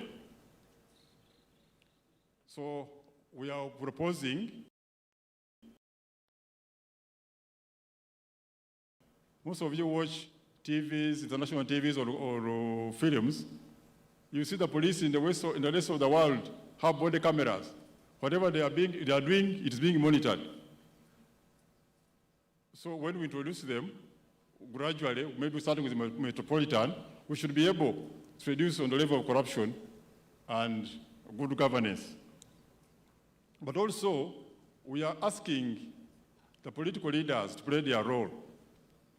When you hear that teachers are not teaching in a particular school, or the health center, workers at the health center are not working, but that health center, that school, is in a parish, is in a sub-county, which is represented at a district council or a sub-county council.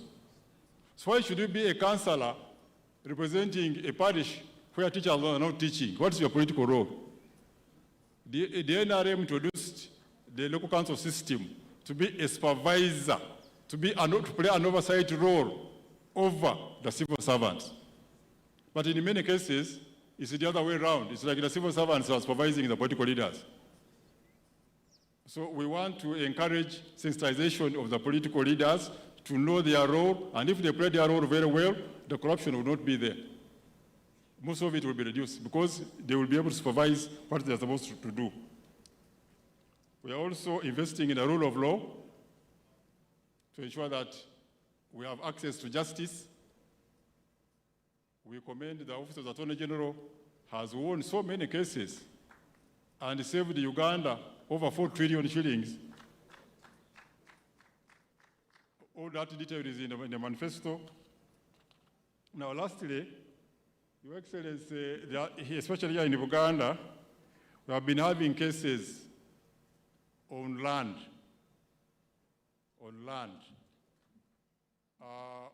There's a very detailed account of what NRM has done on the land to ensure that the Bibanja holders, the bona fide landholders, and so on and so forth are protected.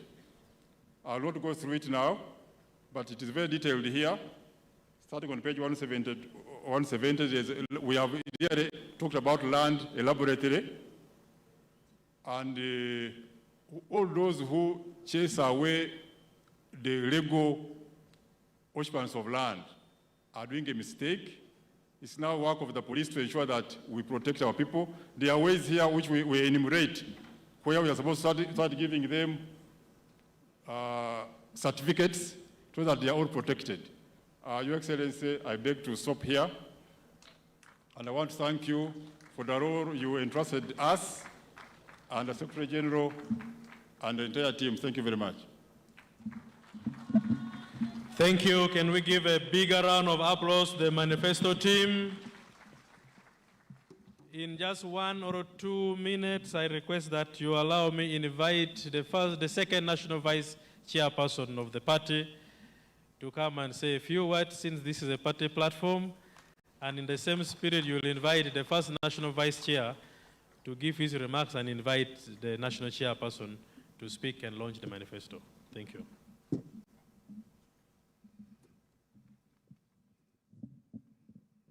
Your Excellency, the President and our beloved party chairman and the presidential flag bearer, General Yoweri Kaguta Museveni and Mama, the Vice President, Major Retired Jessica Alupo Epel, the Right Honorable Prime Minister and Leader of Government Business, Honorable Nabanja Robina, all the ministers who are present, the first Vice Chairperson, Alhaji Moses Chigongo, all the members of Parliament who are present, all the members of the Central Executive Committee of the NRM, the Secretary General and the directors of NRM, all the NRM district chairpersons and executives, ladies and gentlemen, I am profoundly honored to address you at the launch of our Kisanja Manifesto 2026-2031. As you are aware, the NRM government has historically steered a remarkable growth and development of this beautiful country through our people-centered growth and transformation intervention. Our gathering here today is a reaffirmation of our relentless commitment to all the Ugandans that works for each and every one of our countrymen and women. The manifesto is not merely a document, but a promissory note of what NRM government will offer to this nation. It is a product of evidence-based research and analysis. This Kisanja Manifesto is therefore a compact for Ugandans. This compact is not just a pledge or an undertaking, it is a statement of intent that NRM wants to continue to deliver as we have historically done over the past years. If you look at the evolution of our successive manifestos, right from the 10th point program in 1980s, you will see a consistent pattern of dedication and commitment to improving the lives of our people and transformation of our society. This consistency of the NRM is not accidental. It is a product of a visionary leader of our beloved President, General Yoweri Kaguta Museveni. The growth and evolution of Uganda from a peasant and largely a subsistence society to a middle-income status is a confirmation of the competence and commitment of the NRM government. It's now time for us to protect the gains that we have registered in the transformation of our beloved country, Uganda.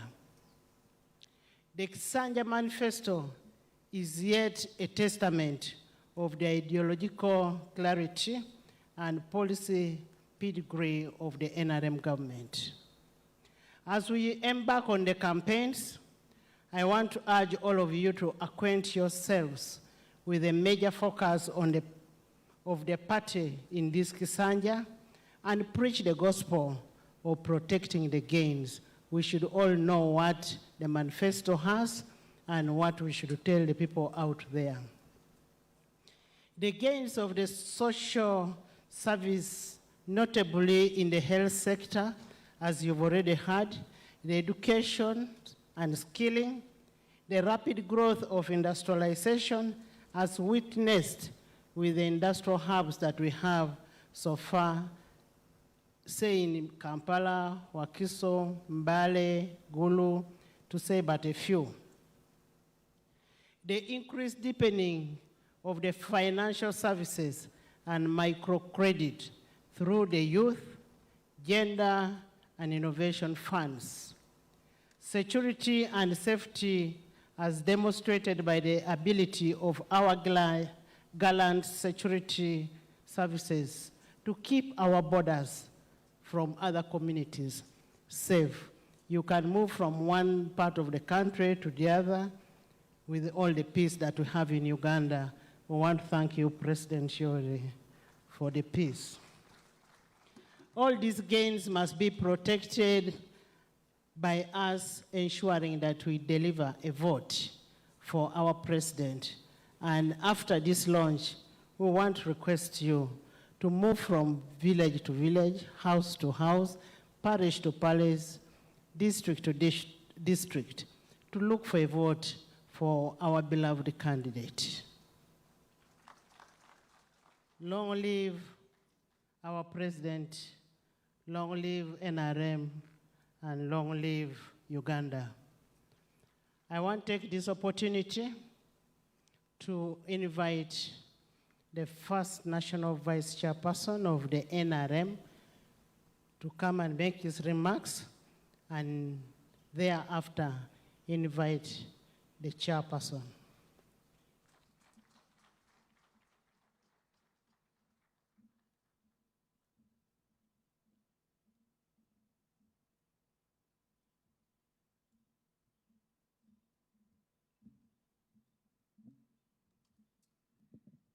Your Excellency, the President of Uganda, First Lady Mama Janet Museveni, the Vice President, Honorable Nabanja, the Prime Minister, the Speaker of Parliament, Ministers, Chairman, all of you, the Chairman, and all of you who are here, allow me, first of all, to congratulate the President upon his nomination as our presidential candidate.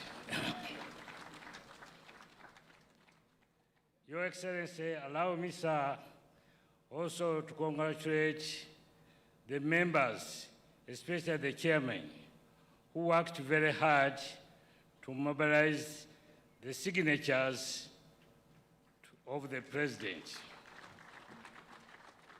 You did a good job and we did not waste a lot of time on that. I want also to use this opportunity to thank the Secretary General, to thank Yaruhanga and the Manifesto team for the good job well done. Thank you very much. Your Excellency, sir, we thank you for having accepted to go back to the drawing table to come out with a new manifesto which is going to take us for another 5 years. We are ready, the country is ready, and I can assure you, Your Excellency, that we are going to win.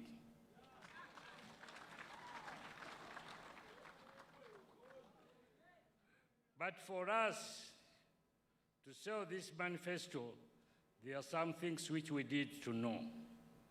First, discipline. If we don't pull up on discipline, things might be difficult for us. I'm appealing to you, honorable members, first of all, to love one another. Let us work together. This infighting must stop, and stop now. It must stop and stop now. Let us move together as one group. Let us campaign as one group. We can reach anywhere. And this time is going to be very soft for us because we are going to use our structures to campaign. We must respect our structures, and we must use our structures. I've moved around. People are tired of getting people from Kampala to go to the hotels and sit there.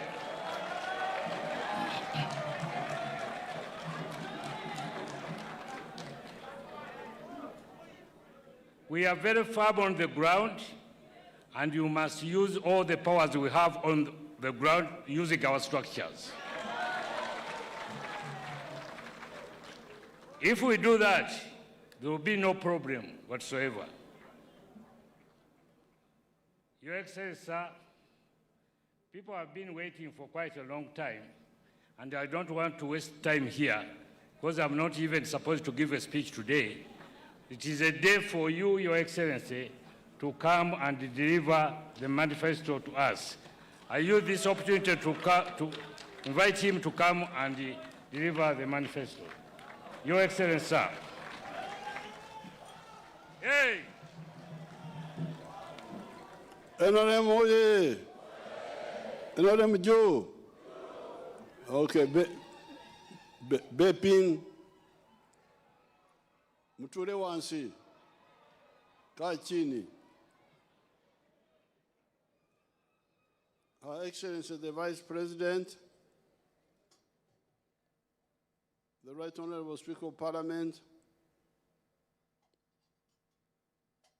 the First Vice Chairman of the NRM, the former leaders, all the Vice Chairpersons of the NRM, the Secretary General of the NRM, members of Speke, and all the people who are here for this launch. First of all, I again want to thank the NRM fraternity and leadership for being strong with the NRM all these years.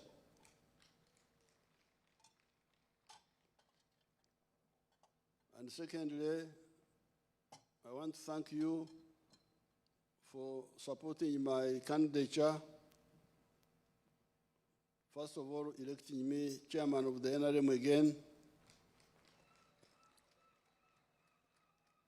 for another 5 years, 2025 to 2031. And then also electing me as flag bearer for presidential contest for the President of Uganda for the period 2026-2031. Thank you so much for the support. I thank my nominators, Dr. Gunda and the Muzukuru from Arua, who nominated me. Now here, with the manifesto, we are not just talking about this manifesto. We are talking about the work of the NRM for Uganda and with Uganda for the last 60 years. However, for today, I will use an ABCDE approach to share with you how we should understand the issues and present them to the people. Because sometimes people talk about too many things and people get confused. What is not covered in the ABCDE here, which I'm going to summarize, is the liberation part, where the NRM was involved in the liberation process between 1965 and 1986. That one I will not go into. But our theme today of protecting the gains and ensuring a qualitative leap to high middle income status is our logical next step now, given what we have already gone through. Everything we are saying is linked. It is not one thing, they are all linked. And they are all in this manifesto. Now, under A, I have got 7 points, which are what Secretary General Tolong and Biarhanga talked about. What the NRM has given to Uganda has first of all been peace. Peace to the country. No war. And security. This has been ensured by you people, the Wananchi, and the UPDF. So this is number one. This is number one gain. Peace and security. Peace is assured. Our army is very strong. Nobody can bring war here. If you bring war here, we destroy you. Where we need to do some work is on security, because security involves crime. And that crime, sometimes it disturbs people. Even the PDM, people get money for PDM, they buy pigs, they buy goats, chicken, they are stolen. And you find the policemen are colluding with they arrest people, release them, even the judiciary. You, the leader, should not accept this. in your areas. Don't accept any policeman who is not very strict with the thieves. Any thief who steals properties of the villagers must go to jail and stay there and pay for what he stole before he comes out. Be very strict. Don't play around.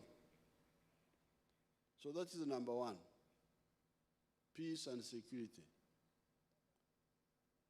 The number two, development, meaning development of social infrastructure like schools and health centers, the details which they put there, and also economic infrastructure. They are all there in the manifesto. The roads, the railway, the airways, they are all covered. Development covers infrastructure mainly, economic infrastructure, and social infrastructure. So that is number two. Number three is wealth creation. You, the leaders, you should really know that to strengthen the NRM more and durably, you must do what we in the student movement did in the 1960s when we started the campaign in the cattle corridor. That's why I used to invite you to come to Raikitura. Because that cattle corridor, the people were very, very backward. They were nomadic, poor houses and so on. They had cows, but they had no value. But when we analyzed it and we saw what the problem was, I've written about all this, how we fought their nomadism, and then when they settled down, we guided them on the enterprise of dairy. The cattle corridor now is quite prosperous, in spite of the infrastructure not being so good. If you go to Ngoma, the infrastructure is not so good, but people have money there, cars and so on. They can show you that money in Ngoma, Matongo. Show them briefly, if you have it.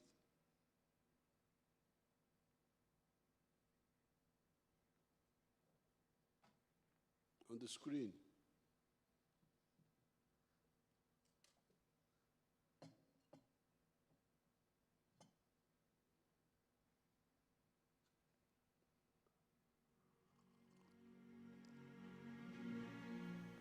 Amazina ninje George Matongo wa Ngoma Ngoma ubuntu hano gwatakashozi ndo kutaha umurimo gwanje ndi muri isa nteze mujya kureba nuko itandikira tatakanda gente bakubya talubo hagwachadana meirisa zakanya nagura amataka nyuse nazo zankorera ibintu kwenda zashubitiza abana bihereze naturuho kabanza Munyankore naje nahindura nk'umwata ngo njungu nuko zahanyiranye nazitunga ati zungwe zo ndisikumute. On our farm, we collect over 900 liters of milk per day, and a liter costs 800 shillings, which is approximately 21 million per month. Now there, you are looking at transformation. these people, when we started with them in the 1960s, they were like our Karamojong people. The way you see the Karamojong now, that's how they were. But when we persuaded them to settle down, and we had to, there's a way we did it, and then we had to solve the issue of what enterprise can they do that will give them income. Now you see how they are. They have money. They have built very good houses, as you can see. That girl is a university graduate. So former norm, and she studied on private sponsorship. So if you say you are a leader, and you say, Nkulakulana,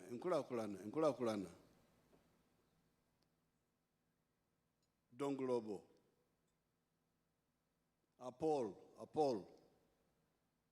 but you don't talk about Obugaga, Obugeiga, Obuguda, Lonyo, of the people. Not just one rich man in the village. All the villagers must have income, must have money.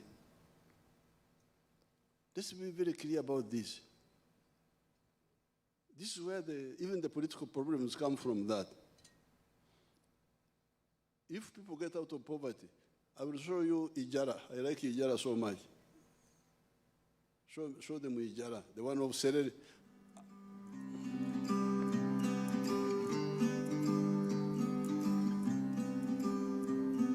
Hello, my name is Joseph Ijala. I am the proprietor of Taifa Farm, which is located in Serere in a place called Kakusi, where we are. And in Taifa, we have dairy, poultry, and we're also making laundry bar soap. But we also have the value addition aspect of the farm. To cut a long story short, Ijara gets 3 million shillings per day from eggs alone.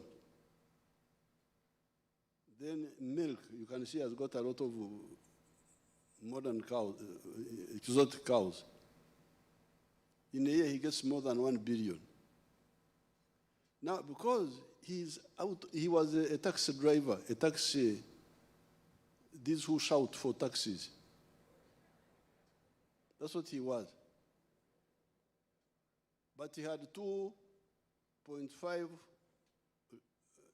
acres at home. So when he had my message, he went back to the village. He's now, from eggs, from milk, he's earning more than 1 billion shillings a year.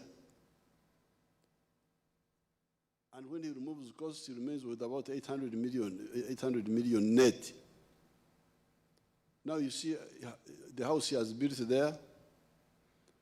But what is interesting, when I visited him, he forced me, almost at gunpoint, to accept a gift of a cow. The other people asking me for money. This one was now forcing me to accept a gift of a Frisian cow of 6 million shillings. This one here. So really, I'm tired of talking about things which are clear, and then people go on talking about irrelevant things. So there is a difference between development, Nkulakulana, Ntunguka, Donglobo, and wealth. Wealth is in the homes of people. Because when you go to rallies, people are talking about roads, cities. They're talking about cities. City. District, they want district because someone wants to be chairman. But if you start with the wealth,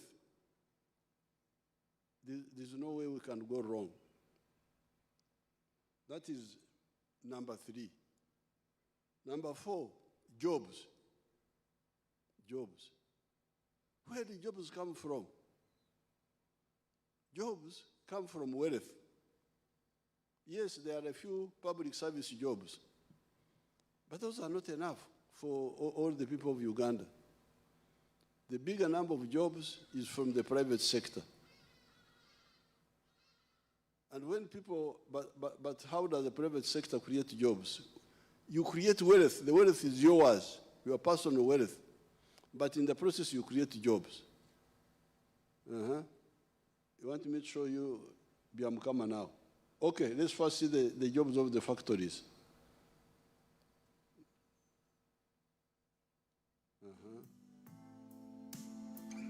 Freeze that, freeze there. Now, you see how many young people are working in that factory? Oh, very good. Freeze it there. Just see the number of the young people in that factory. So people just talking, jobs, talking. Total lack of seriousness. The factories are now employing 1.2 million Ugandans now, those factories, the 50,000 they talked about. The whole of the public service is 480,000 jobs. But these new factories, which have just come, because you can see they're all brand new, they're already employing 1.2 million people. But agriculture, those ijaras, those matongos, the ones you saw here, can employ even more Ugandans than the factories. Let us see Biamkama. Biamkama, the young boy who came to Parliament and listened to my message. Farm. My name is Fred Biamkama. I'm a member of Parliament of Buganges West Constituency, Kakumiro District. We are now at our 4-acre demonstration farm. The land we have here is approximately 4 acres. This is a farm we started 2 years back here, 2.5 years back. And on this farm, we have a half acre of pineapple, has 6 cows for zero grazing. We have poultry, about 25,000 birds, but only 11,000 are giving us eggs. And we have 1 acre of grass. We have piggery, those are very many. And 1 acre of coffee mixed with banana. Where we are, this is a 4-acre model farm. I did this activity to teach my voters, to lead by example, so that my voters can learn what media the president tells the public. This is an initiative I learned from the president sometime back when he sent me to learn to Kaumu, to Kisozi. I copied what I copied, this is what I came up with. And you will see as we move, or that side, this side, that's my 4-acre model farm. The house as well. I don't sleep here, but if I would sleep here, the house as well is seated on this 4-acre model farm. When you look at poultry, out of the 25,000 birds, it's only 11,000 giving me eggs. Others are soon giving me, and I get 302 trays per day minimally, because 11,000 birds are supposed to give me 366 trays, but because of the feeding method of deep litter, I don't get all the eggs. I get 302 trays per day minimally. Then I sell in a month, you can get a net profit of 55 million, because you get 108 million, but you can't get all that. You have to buy feeds, pay workers, pay electricity, remain with 55 million net pay. When you get the cows per month, these are 6 cows. Each cow minimally gives you 20 liters. So when you get 20 times 6, that's 120 liters per day. 120 liters per day. For us, a liter here is 2,000, because we sell each cup at 1,000. So you get 2,000 times 120, you get 24,000 per day. So 24,000 per day, when you multiply, you get about 7.6 million per month. But 7.6 million per month, you cannot save it. You have to get 200 to pay these workers, sometimes even the drug for spraying. That is zero grazing, you spray for ticks and other things. At the end of the day, you remain with a net profit of 6 million from the cows for zero grazing. So this is our grass. Here, 1 acre of grass. This 1 acre is enough feeding our 6 cows. And our cows are feeding well with this grass we have. When you get like the half an acre of pineapple per harvest, you get about 4.5 million and I harvest twice a year. You will see, even as now, there are those which I can harvest for my friends to take. When you look at the piggery, in a month, I can get about between 150 and 180 piglets. But those I don't sell, I give to my neighbors to rear. When you look at coffee, we normally harvest 12 million. We normally harvest 12 million from 1 acre because we're just starting up the harvest. We had the first harvest, and when you get about 12 million, but when you get very well, and you have fertilizer, you get between 18 and 24 million. From 1 acre, coffee alone minus banana. And this banana, at the end of the month, you can get about 1 million, 1.8 million. But I don't sell my banana. I use it for eating. So I simply get my coffee to ensure the other 12 million I'm telling you, which we are getting from this 1 acre, because we have tested it where you receive. And here, currently, I'm employing 26 people. Now, this is what I wanted to see. Put the workers of, this is what I wanted to see, you to see. Biamkama, who was unemployed himself a few years ago, when he came and listened to my message and went back, and of course he had land, but he was not using it. Now he's earning that money you had. That from eggs alone, he gets a net of 55 million shillings per month, net. In a year, that's because he's selling 302 trays per year, per day. In a year, that's about almost 700 million shillings, 600 million more, about 700 million net from eggs alone, without including coffee and so on. But what I wanted you to see was the workers now. He's now employing 26 people. And the land there he was using was only 2.5. There's another man called Nyakana who used 1 acre and point something. And he employs 15 people. And I have made a calculation for you saying that, okay, if Nyakana and the people like Biamkama can employ 15 people using 1 acre, what if we had people with land and we had 7 million acres owned by some of our people who use it like Nyakana? You calculate and you will see. The jobs we shall create will be 105 million jobs. So, what about when people can't think properly, must end. You find people talking about things as if people going to the Middle East to look for, what are you going to look for jobs for? The Middle East will be coming here to work here. You leave jobs here, you go to work in the Middle East. Now, this Biamkama now, in just 2 years after listening to my message, is employing 26 people. You can see them, and he's paying them, he's feeding them. If we use the Nyakana calculation, 15 people out of 1 acre. Let's see Nyakana. Show us Nyakana. I will not show the whole time because I want to move.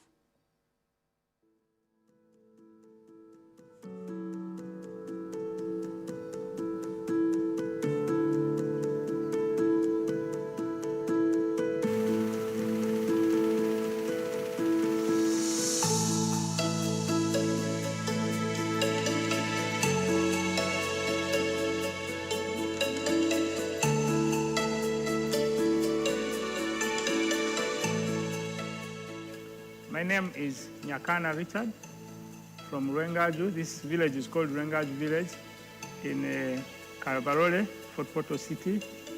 And where we are here is my home, and it's my farm. The biggest landlord in this village of Rwengaju is having 7 acres. People are surviving on quarter an acre, half an acre. 80% of the population here, they are on half an acre, they are on quarter an acre.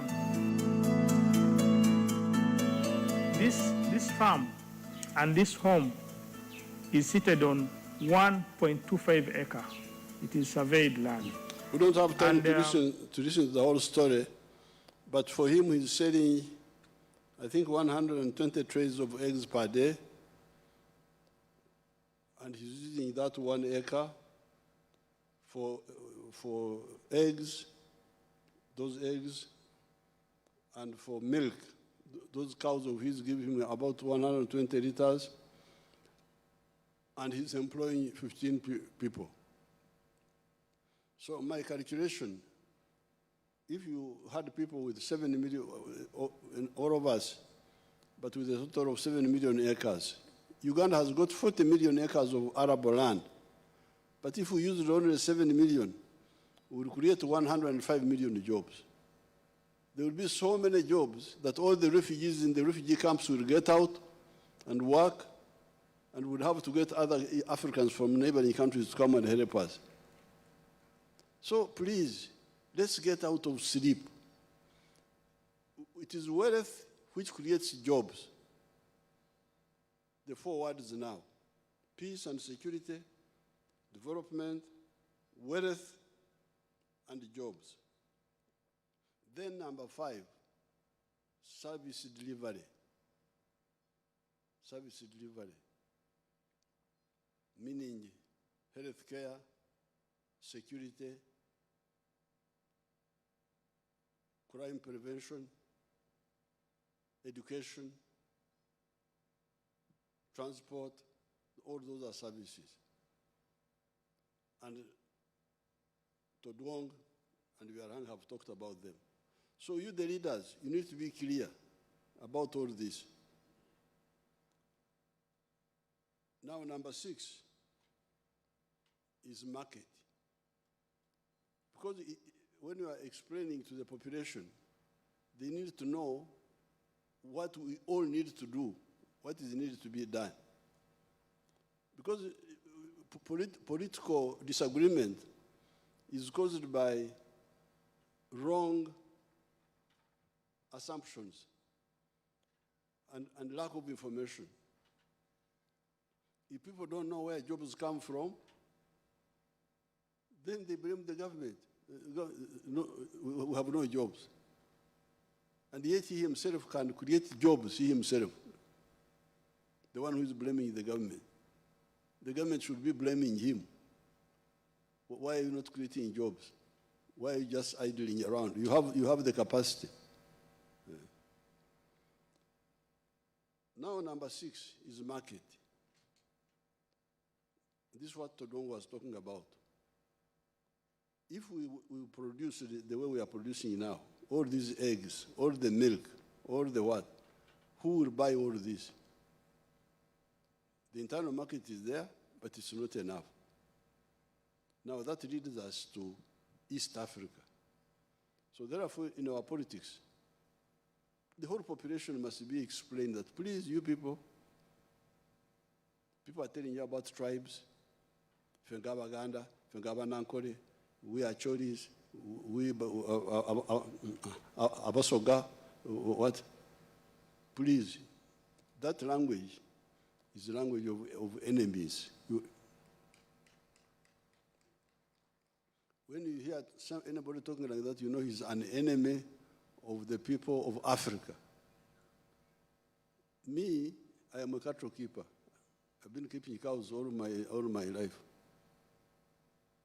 The people who help me most are the people who buy my milk, who buy my beef, who buy my bananas. So if you come and try to mobilize me, we as Abanyankole, kugambira won't stand in Vako. I tell you that Satan, go away. Because they are useless. Yes, the Banyankwere help me in a way because I have milk, they have milk. I have cows, they have cows. I have banana, they have banana. So we have volumes in one locality. That's how they help me, by co-producing with me. But otherwise, in terms of market, where my policy comes from is Uganda and is East Africa. The milk factories which we have now, if we did not have Uganda, we did not have East Africa, they would have closed. Because the production of milk is now 5.3 billion. The internal consumption is only 800 million. If we did not have East Africa, the factories would have closed. Sugar, if you look at sugar, production of sugar in Busoga area and Munyonyo, we are now at 700,000 tons. The internal demand is 300,000. Where are we selling the rest? To the neighboring countries. So please, the NRM leaders, when we talk of Pan-Africanism, we talk of patriotism, love Uganda, we are not just talking theory. It is survival.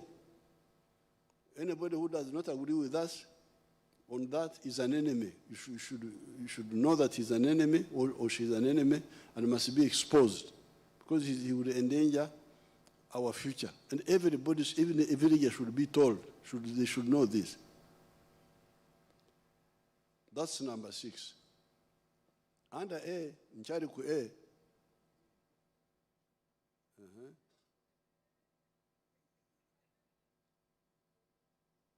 I'm still on A now. Because you are the ones who invited me. Why did you invite me?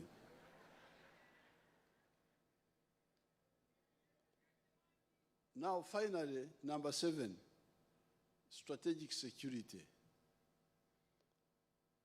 How can Africa guard itself against all threats? Africa was in danger when we were colonized. Other countries which were colonized, the people were exterminated. If you go to America now, the people they call Americans now are not the original Americans. They are Europeans who came and took the land of the Indians, and they are the ones we call Americans now. Africans survived because we don't die easily. But we cannot again make a mistake of being weak. So therefore, when it comes to army, having a strong army, strong economy, that's why we believe in East African integration, both economically and politically. And that's why we talk of the East African Federation. We have been discussing all these years with our colleagues in Kenya, Tanzania, Rwanda, Burundi, South Sudan. Congo now has joined, Somalia, Burundi. You, the young people, must push this. What politics are you engaged in if you don't talk about that? You don't talk about wealth, you don't talk about jobs, you don't talk about market. What are you talking about? That you are a politician. What are you politicking about? So here I'm just giving you free consultancy about the politics you should talk about. Now that is A. We come to B now. Now, since this is the anatomy of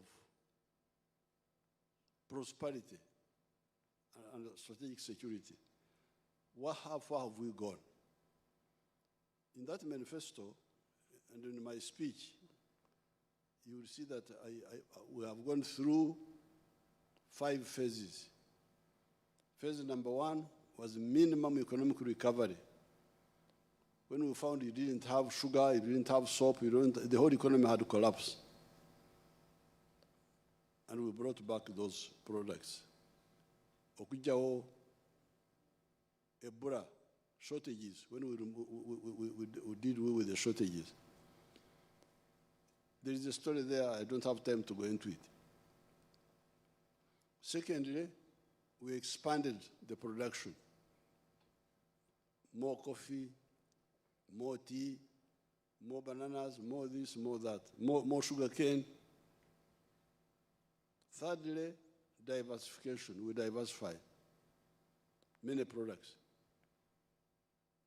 That's why you hear that the imports, our exports have now gone to $13 billion. That's what Uganda is now earning, $13 billion from exports of goods and services.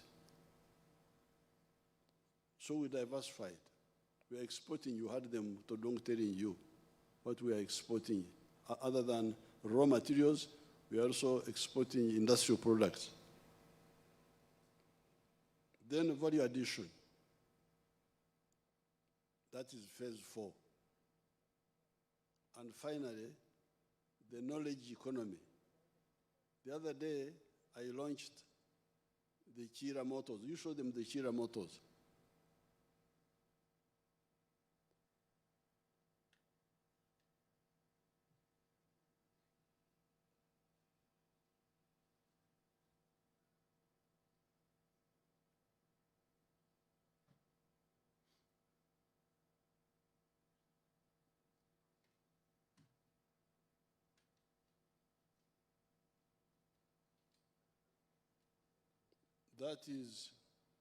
Those are automobiles designed and built by your children, by your colleagues. Those young people you see there.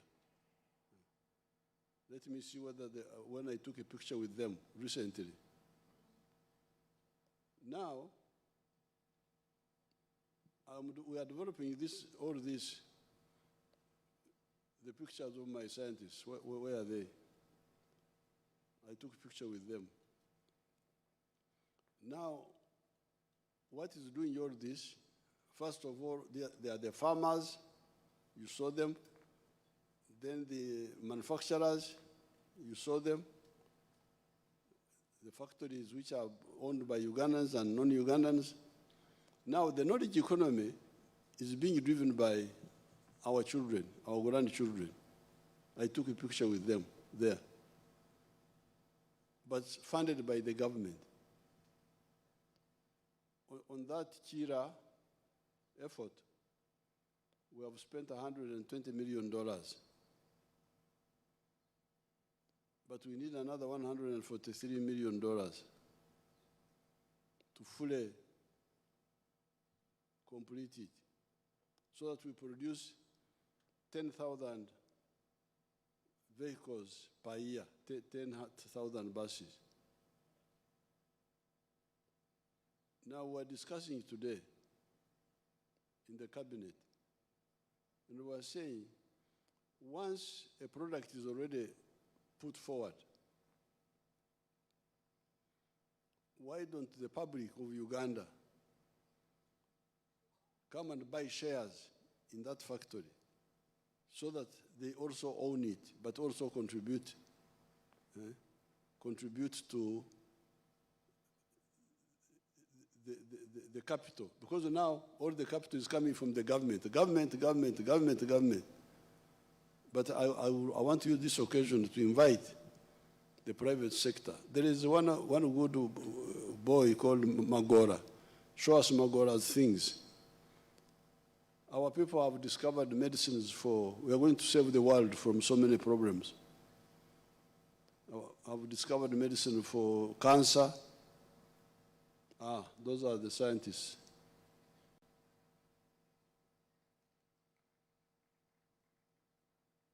Those are the scientists. All those are our grandchildren, there, the Chira ones.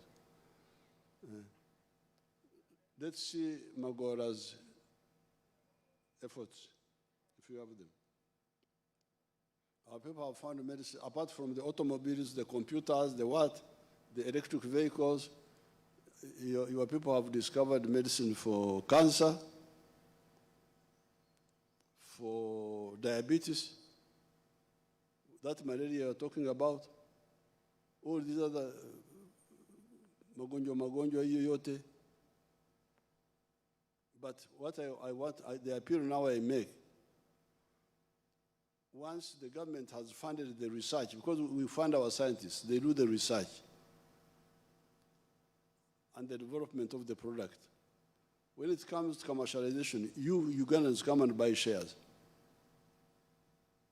Mukorachi, instead of buying whiskey and so on and so forth, come and buy shares in this factory, those factories. Let's see. That is Magora now.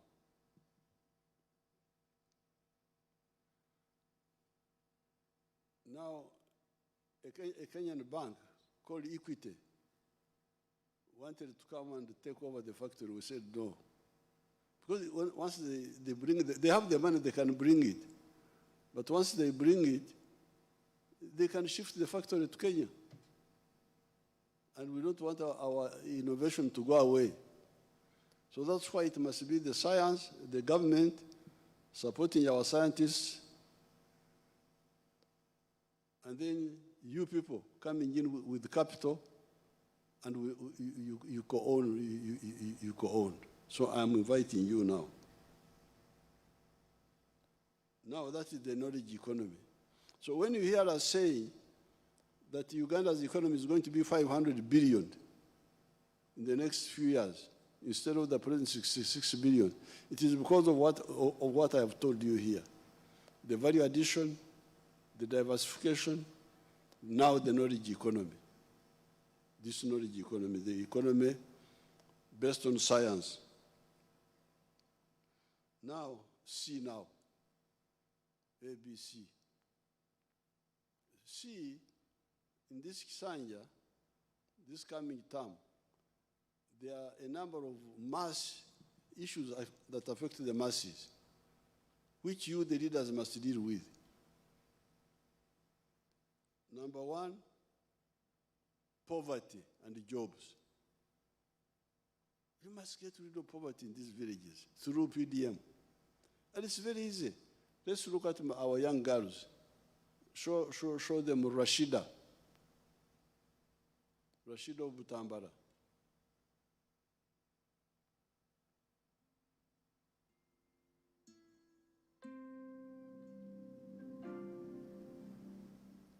Amanya gange yenze Namubiru Rashida, omutuuze w'ekyalo Kasaka, District Butambala, Gombe Town Council. Nze omu ku baasookera ddala okuganyulwa mu ssente za PDM mu sako yaffe baali bagiyita Kasaka Enterprise Group bwotire yalingi. Kaakati ssente nazifuna ku simu message yajja nga nfunye 1 million. That is Rashida who got the 1 million and started with the goats. She's now with the bananas, with the coffee and so on. There's another one of Mukono.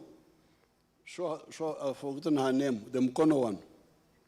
Let's see that one. The one of pigs, Mukono.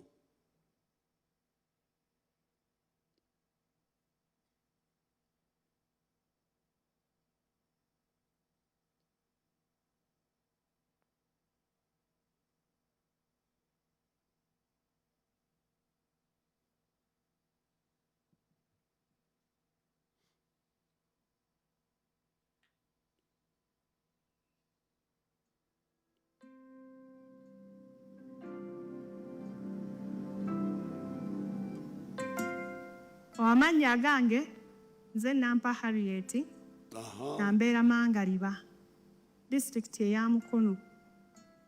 Nafuna ssente za PDM nasaba $5,000 era ge bampa $5,000 nagafuna ng'ennaku z'omwezi 24 ogw'omukaaga 2023. Bwe nfuna $5,000 gyange nagula embizi 3. Embizi 3 nga zonna nkazi. Now, nazigula ku mambo. Nampa feared 1 million. She feared. They said 1 million. Million. I can't manage 1 million. She didn't say it. Natia kakade. I feared. They gave me 1 million. I feared. I said, akakade. Sika uranga ko. What? Nze mumpe mtwara atano. Don't give me akakade. I have never handled akakade. How will I manage it? But you see now what she did.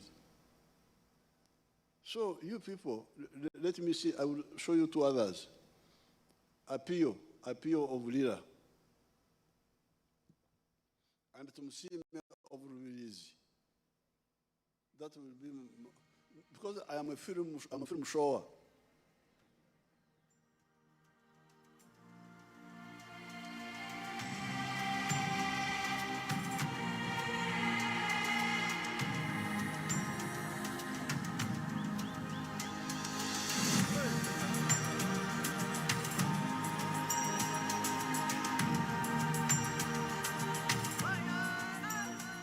Amazina mbanyita Tumsime Deserata omutuze wa Rubirizi district ate yimirira ndi omuseri ya Kizurugo nisima president wa Uganda ayatwire PDM nyo kurangine myaka nkaga nina mkantene chinda tungira haka.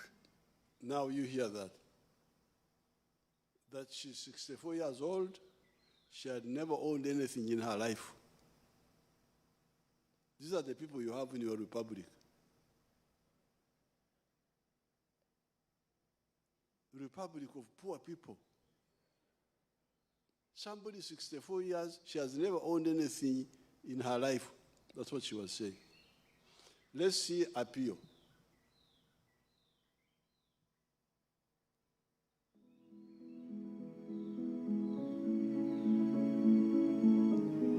These films of mine, I give them to you free. They should show them to you free.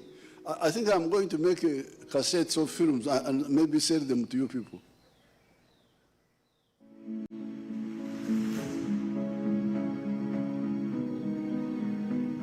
Anya Pilvike, Aburi one to Mama Alingiri Sel, T Banya Ward, Tia my town council, T Lira district. Her name is Piki, a resident of Aling Risel, Banya Ward, Amach Town Council in Lira District. Agamusian PDM, Yari Ariapirwa Adek. She got the money for PDM in 2023. La Bong when to me appear a bear and a 15 sockets. Well met to me appear a deck we are 30,000 each socket. Ate kelate puro for American a deck would do for acres a deck. She used it, actually she planted it in 3 acres of land. Now Apio did not even have land. So when she got the 1 million, she hired 3 acres of land where she planted maize.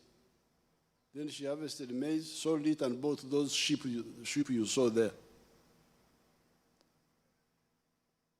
But interesting about Apio, she had been married for 20 years. She had never handled 1 million shillings in her life. And she has got adult children. Her children were now teenagers, voters. So this is the disaster you are building up. If Umwavu Nazarabavu, a poor person produces poor people, what sort of society are you building up? And the leaders don't concentrate on that. They are talking about other things. This is really a betrayal. So therefore, number one, wealth and jobs in the homes. And the solutions are there. PDM is there, Emiogo is there. The job of we, the leaders, is Okorondora, to follow up, arrest the thieves who are stealing this money, make sure that all the people in the whole, because if we give 1 million in a parish, 100 million, in 5 years we shall have covered 500 families. In the third year, the ones who got first pay back. And in the exchange, they will have paid 3 times. So even if we maintain the 100 million in 5 years, we shall have 800 million shillings in the parish. And it will cover 800 homes. But I am going to add, in the exchange, I'm proposing that we add 15 million shillings per parish or per ward for the leaders, so that they can also borrow separately without conflicting with the wananchi. So that's number one.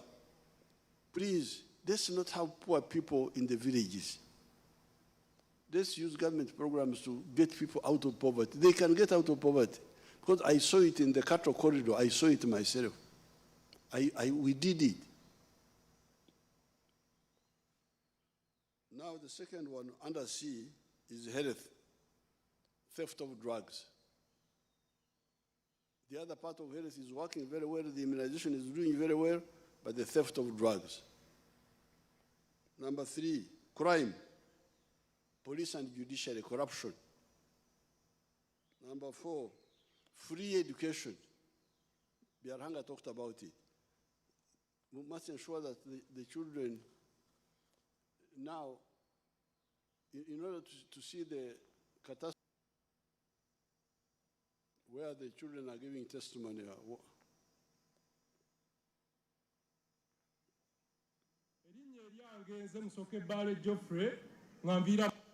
Erinnya eryange nze Musoke Bale Geoffrey nganviira mu disitulikiti y'e Butambala. Najja wano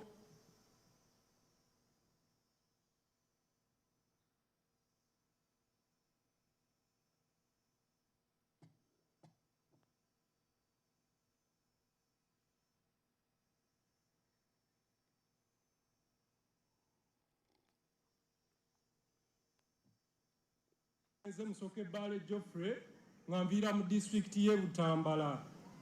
Najja wano nga ndi green, totally green, nga sirina kye mmanyi. Nali nsomyeko paka mu siniya ey'okusatu, n'olw'okutaataaganyizibwa kw'abazadde saasobola kweyongerayo. Nentandika okupakasa. That is now the testimony of all these children. They all dropped out of school because they could not afford school fees. Now, when I trained them just for 6 months, you show them what they are doing. Show us some of the products they are doing. Just 6 months.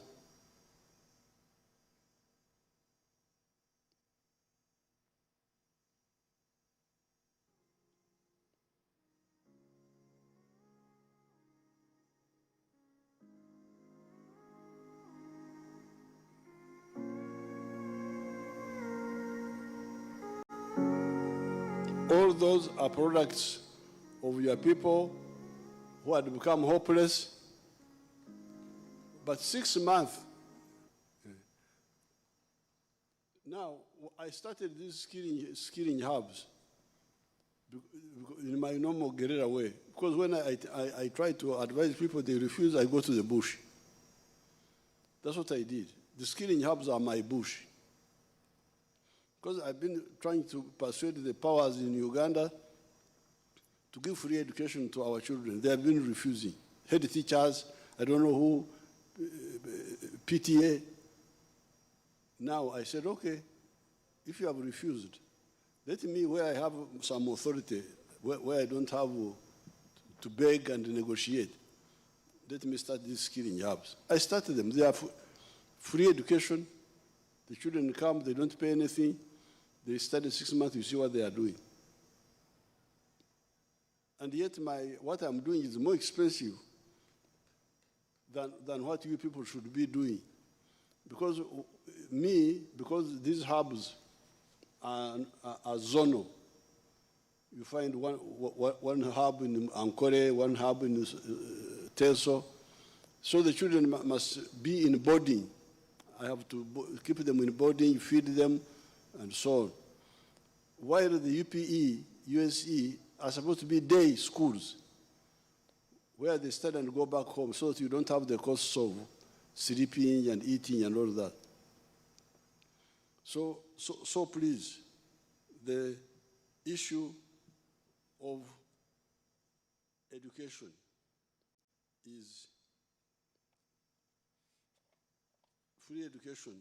In the coming Kisanja, we must really struggle and ensure that it is implemented. Now, then the other issue, number 5, are the roads.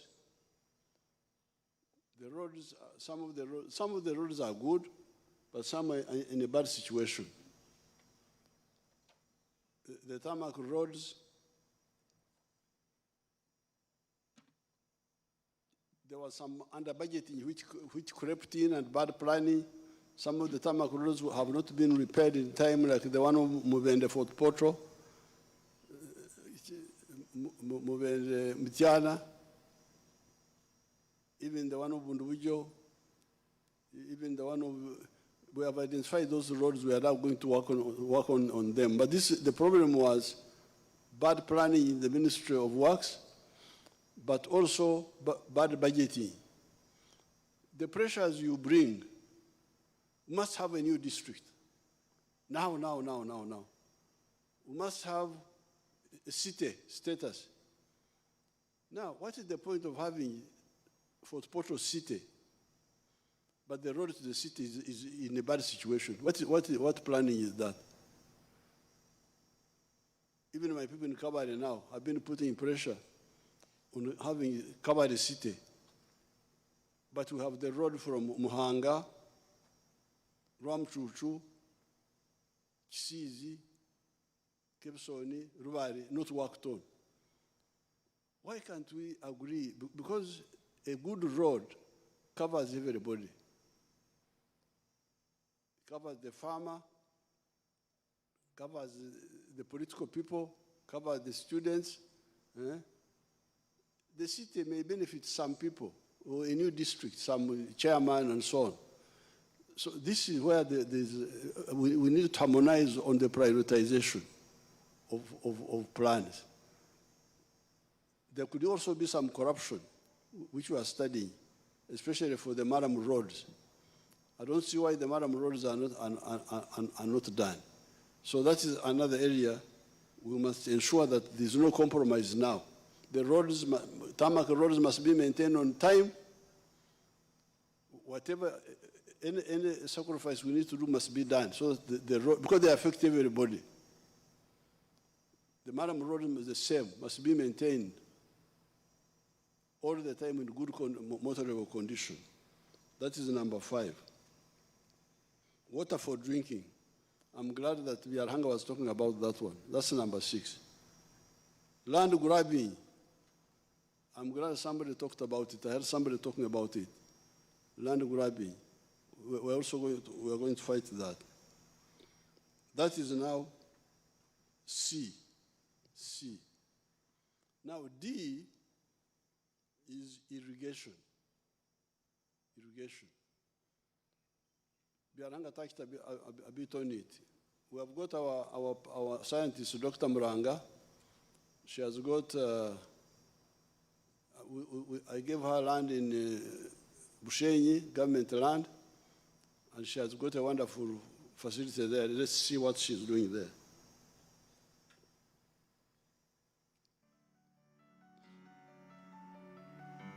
This is where our model plantation is. Plantation, which you've heard, we've already gone beyond 50 tons of yield per hectare per year. Matoke is very important part is water, but especially in the dry season. So here we are using irrigation, drip irrigation, as you can really see, using water, especially in the dry season. Drip irrigation, the advantage with it is that it sends water where it is required. PBD does not depend on national water. We make our own water, which we pump every day. 90% of the water is used for irrigation, and the other 10% is processed for use in pilot plant and estate residential areas. This farm, as per NEMA, NEMA allows us to use a third of the water flow. But in the dry season, we even just use 12%. Now there you can see a number of things. First of all, that wonderful banana garden, where Dr. Muranga is producing 53 tons per hectare. The Banyankore nearby are producing only 5 tons per hectare. Muranga now is producing 10 times more than those Banyankore nearby. Why? Because she's irrigating and she's using fertilizers. So therefore, irrigation is very crucial. You can see the weather is not reliable. This is supposed to be a wet season, but the rain is coming, going. It's very risky. We need to shift to irrigation. In this coming Sunday, you will see we are going to do a lot of work to do irrigation. Now, finally, E, I want to talk about the youth, our youth. There are very bad people in newspapers like The Monitor, of course, from international, who give messages to our young people which need to be helped. They try to make our young people only concentrate on pleasure, ebinyumo, chi. Now, I want to inform you that the one who is standing here is a former younger person. And I will show you my picture when I was a young person, if they can show it for me. No, not that one. That one will come later.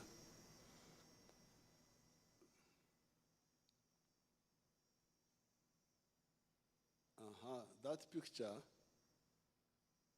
picture there, it's a newspaper of 1968. That is my picture there. I was 23 years old or something.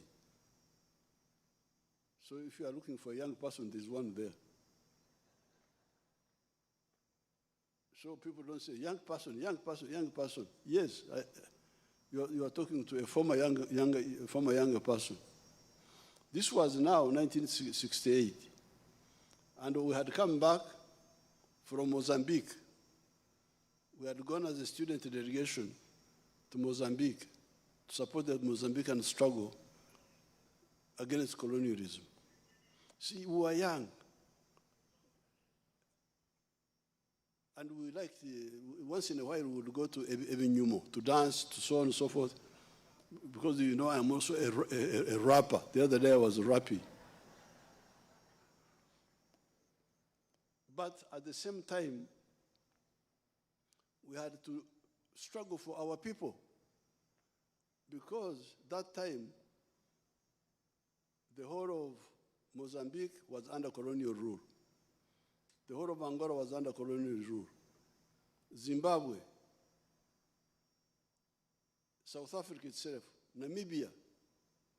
So, if we had just concentrated on pleasure, which is what some of these people push our young people towards, where would we be? If you go to South Africa now, I hear there are 1 million Ugandans in South Africa.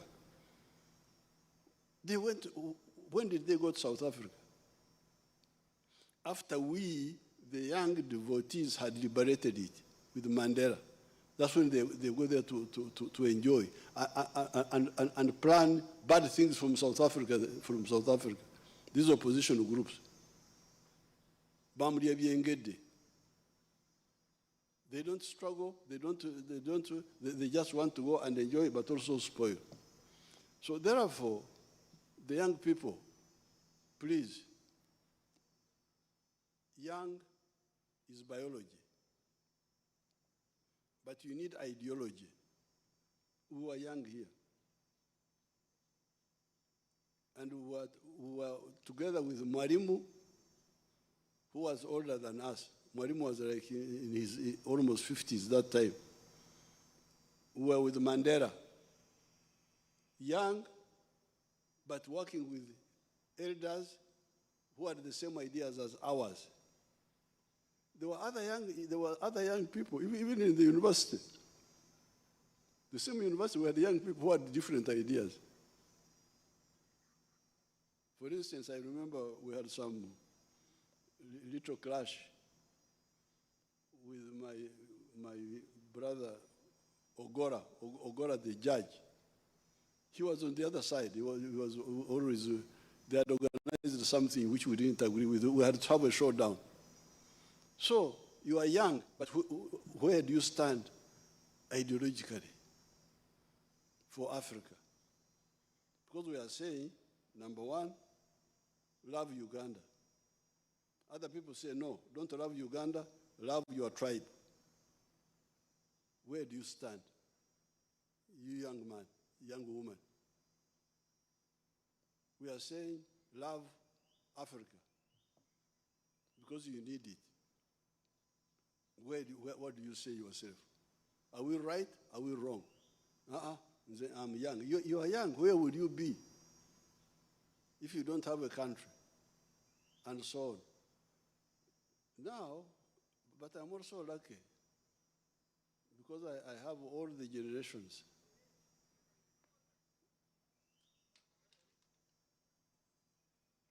Mom and myself, they say they are following European things, that we are boomers. There was a generation in Europe called boomers, the ones who were born during the Second World War or after, and then other groups. But there are other groups, like my children are Generation X, apparently. Them whose is the what? Then the millennials. You have heard of all those groups. Millennials, the ones who turned 18 in 2000. Then the Gen Z, Generation Z. Now we have Generation Alpha now, the young ones. So please, especially Mama, the one of education, we need to help our children know how to be ready to protect this country. Because we are talking of defending the gains and taking a qualitative leap. But it must be done by the young people who must know what they are doing. Fortunately, I have all these groups. I have the Generation X in my house, in my nuclear group. I have the Gen Z. You show them my Gen Zs now. This is where I spend time with my Gen Z now. Those are my grandchildren. In the cows.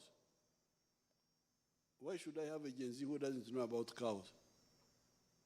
Cows is what kept our people. The bananas, the crops. So please, our young people should not be misled by, I think these are, if you read the articles in the Monitor, that Monitor is an NMA paper. Their job is to soften Africa. Of course, you remember they were promoting homosexuality. You remember? Those groups. So they want to destroy Africa culturally by rendering our children to be disoriented. Yes, I am a footballer. In fact, you have got a real problem with me. Because me, I am a footballer. I like football. I used to play football, but I had to forget about it and sort out Idi Amin and so on. I am a rapper.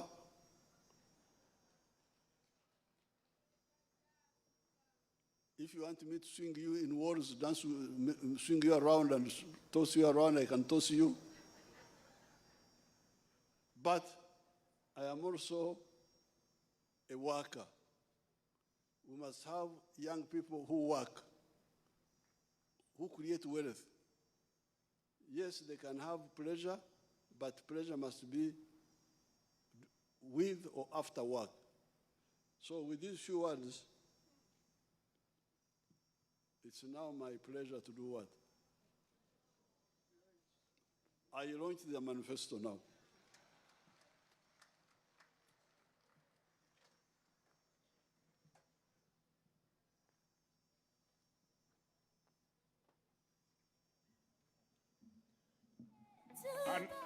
Another round of applause. Your Excellency, you are going to sign. Can somebody who is in charge make the preparations? Bring the dummy so that His Excellency the President, and will be accompanied by 6 people who have been selected as representatives with a specific reference. We shall have High Excellency the Vice President joining His Excellency the President. We shall have the Right Honorable Speaker. We shall have Alhaji Moses Chigongo representing the members of the Central Executive Committee. We shall have the Secretary General.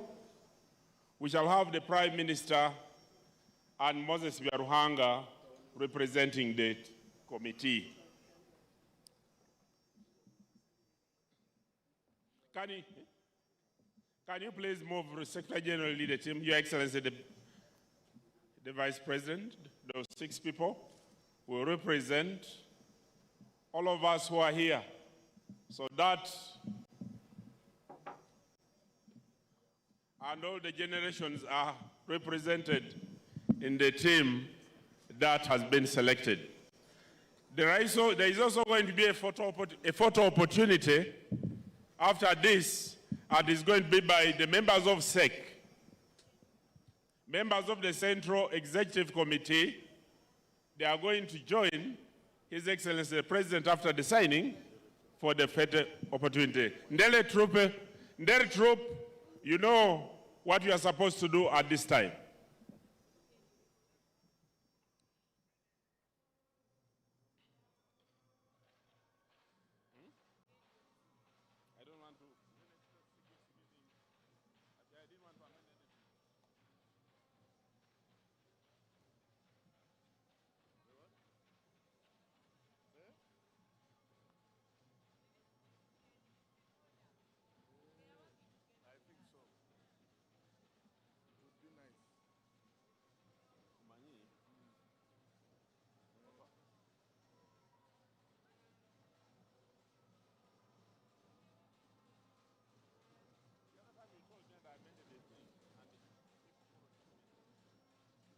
They gave me this list.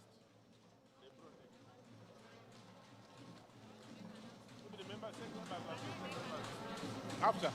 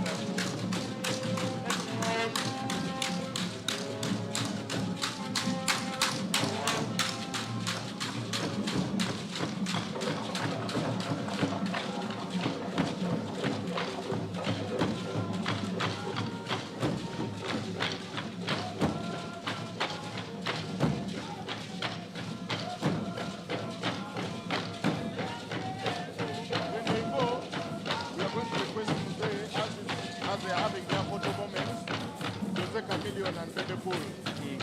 They are legendary supporters are going to perform.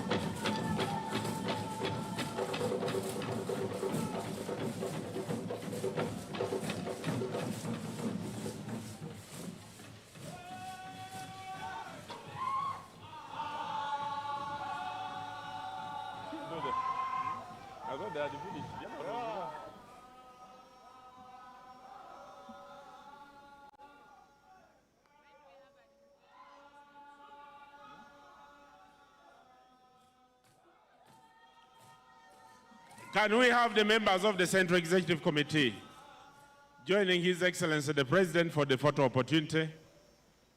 Members of SEC that are seated aside.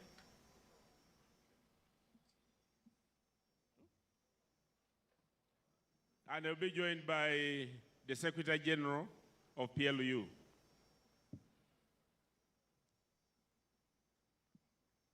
Please.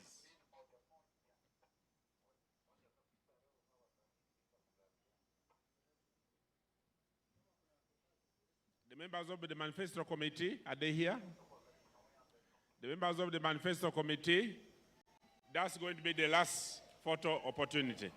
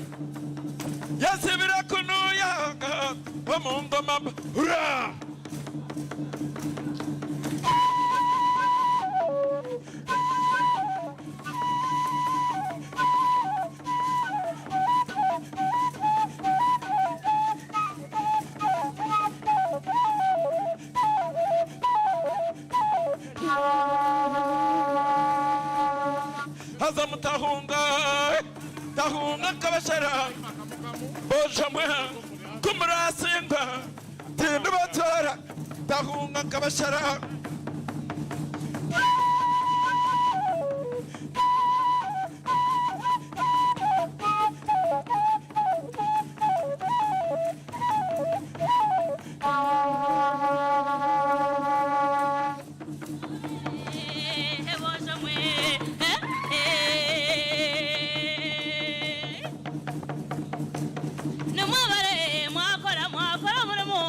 We would like to take this special moment to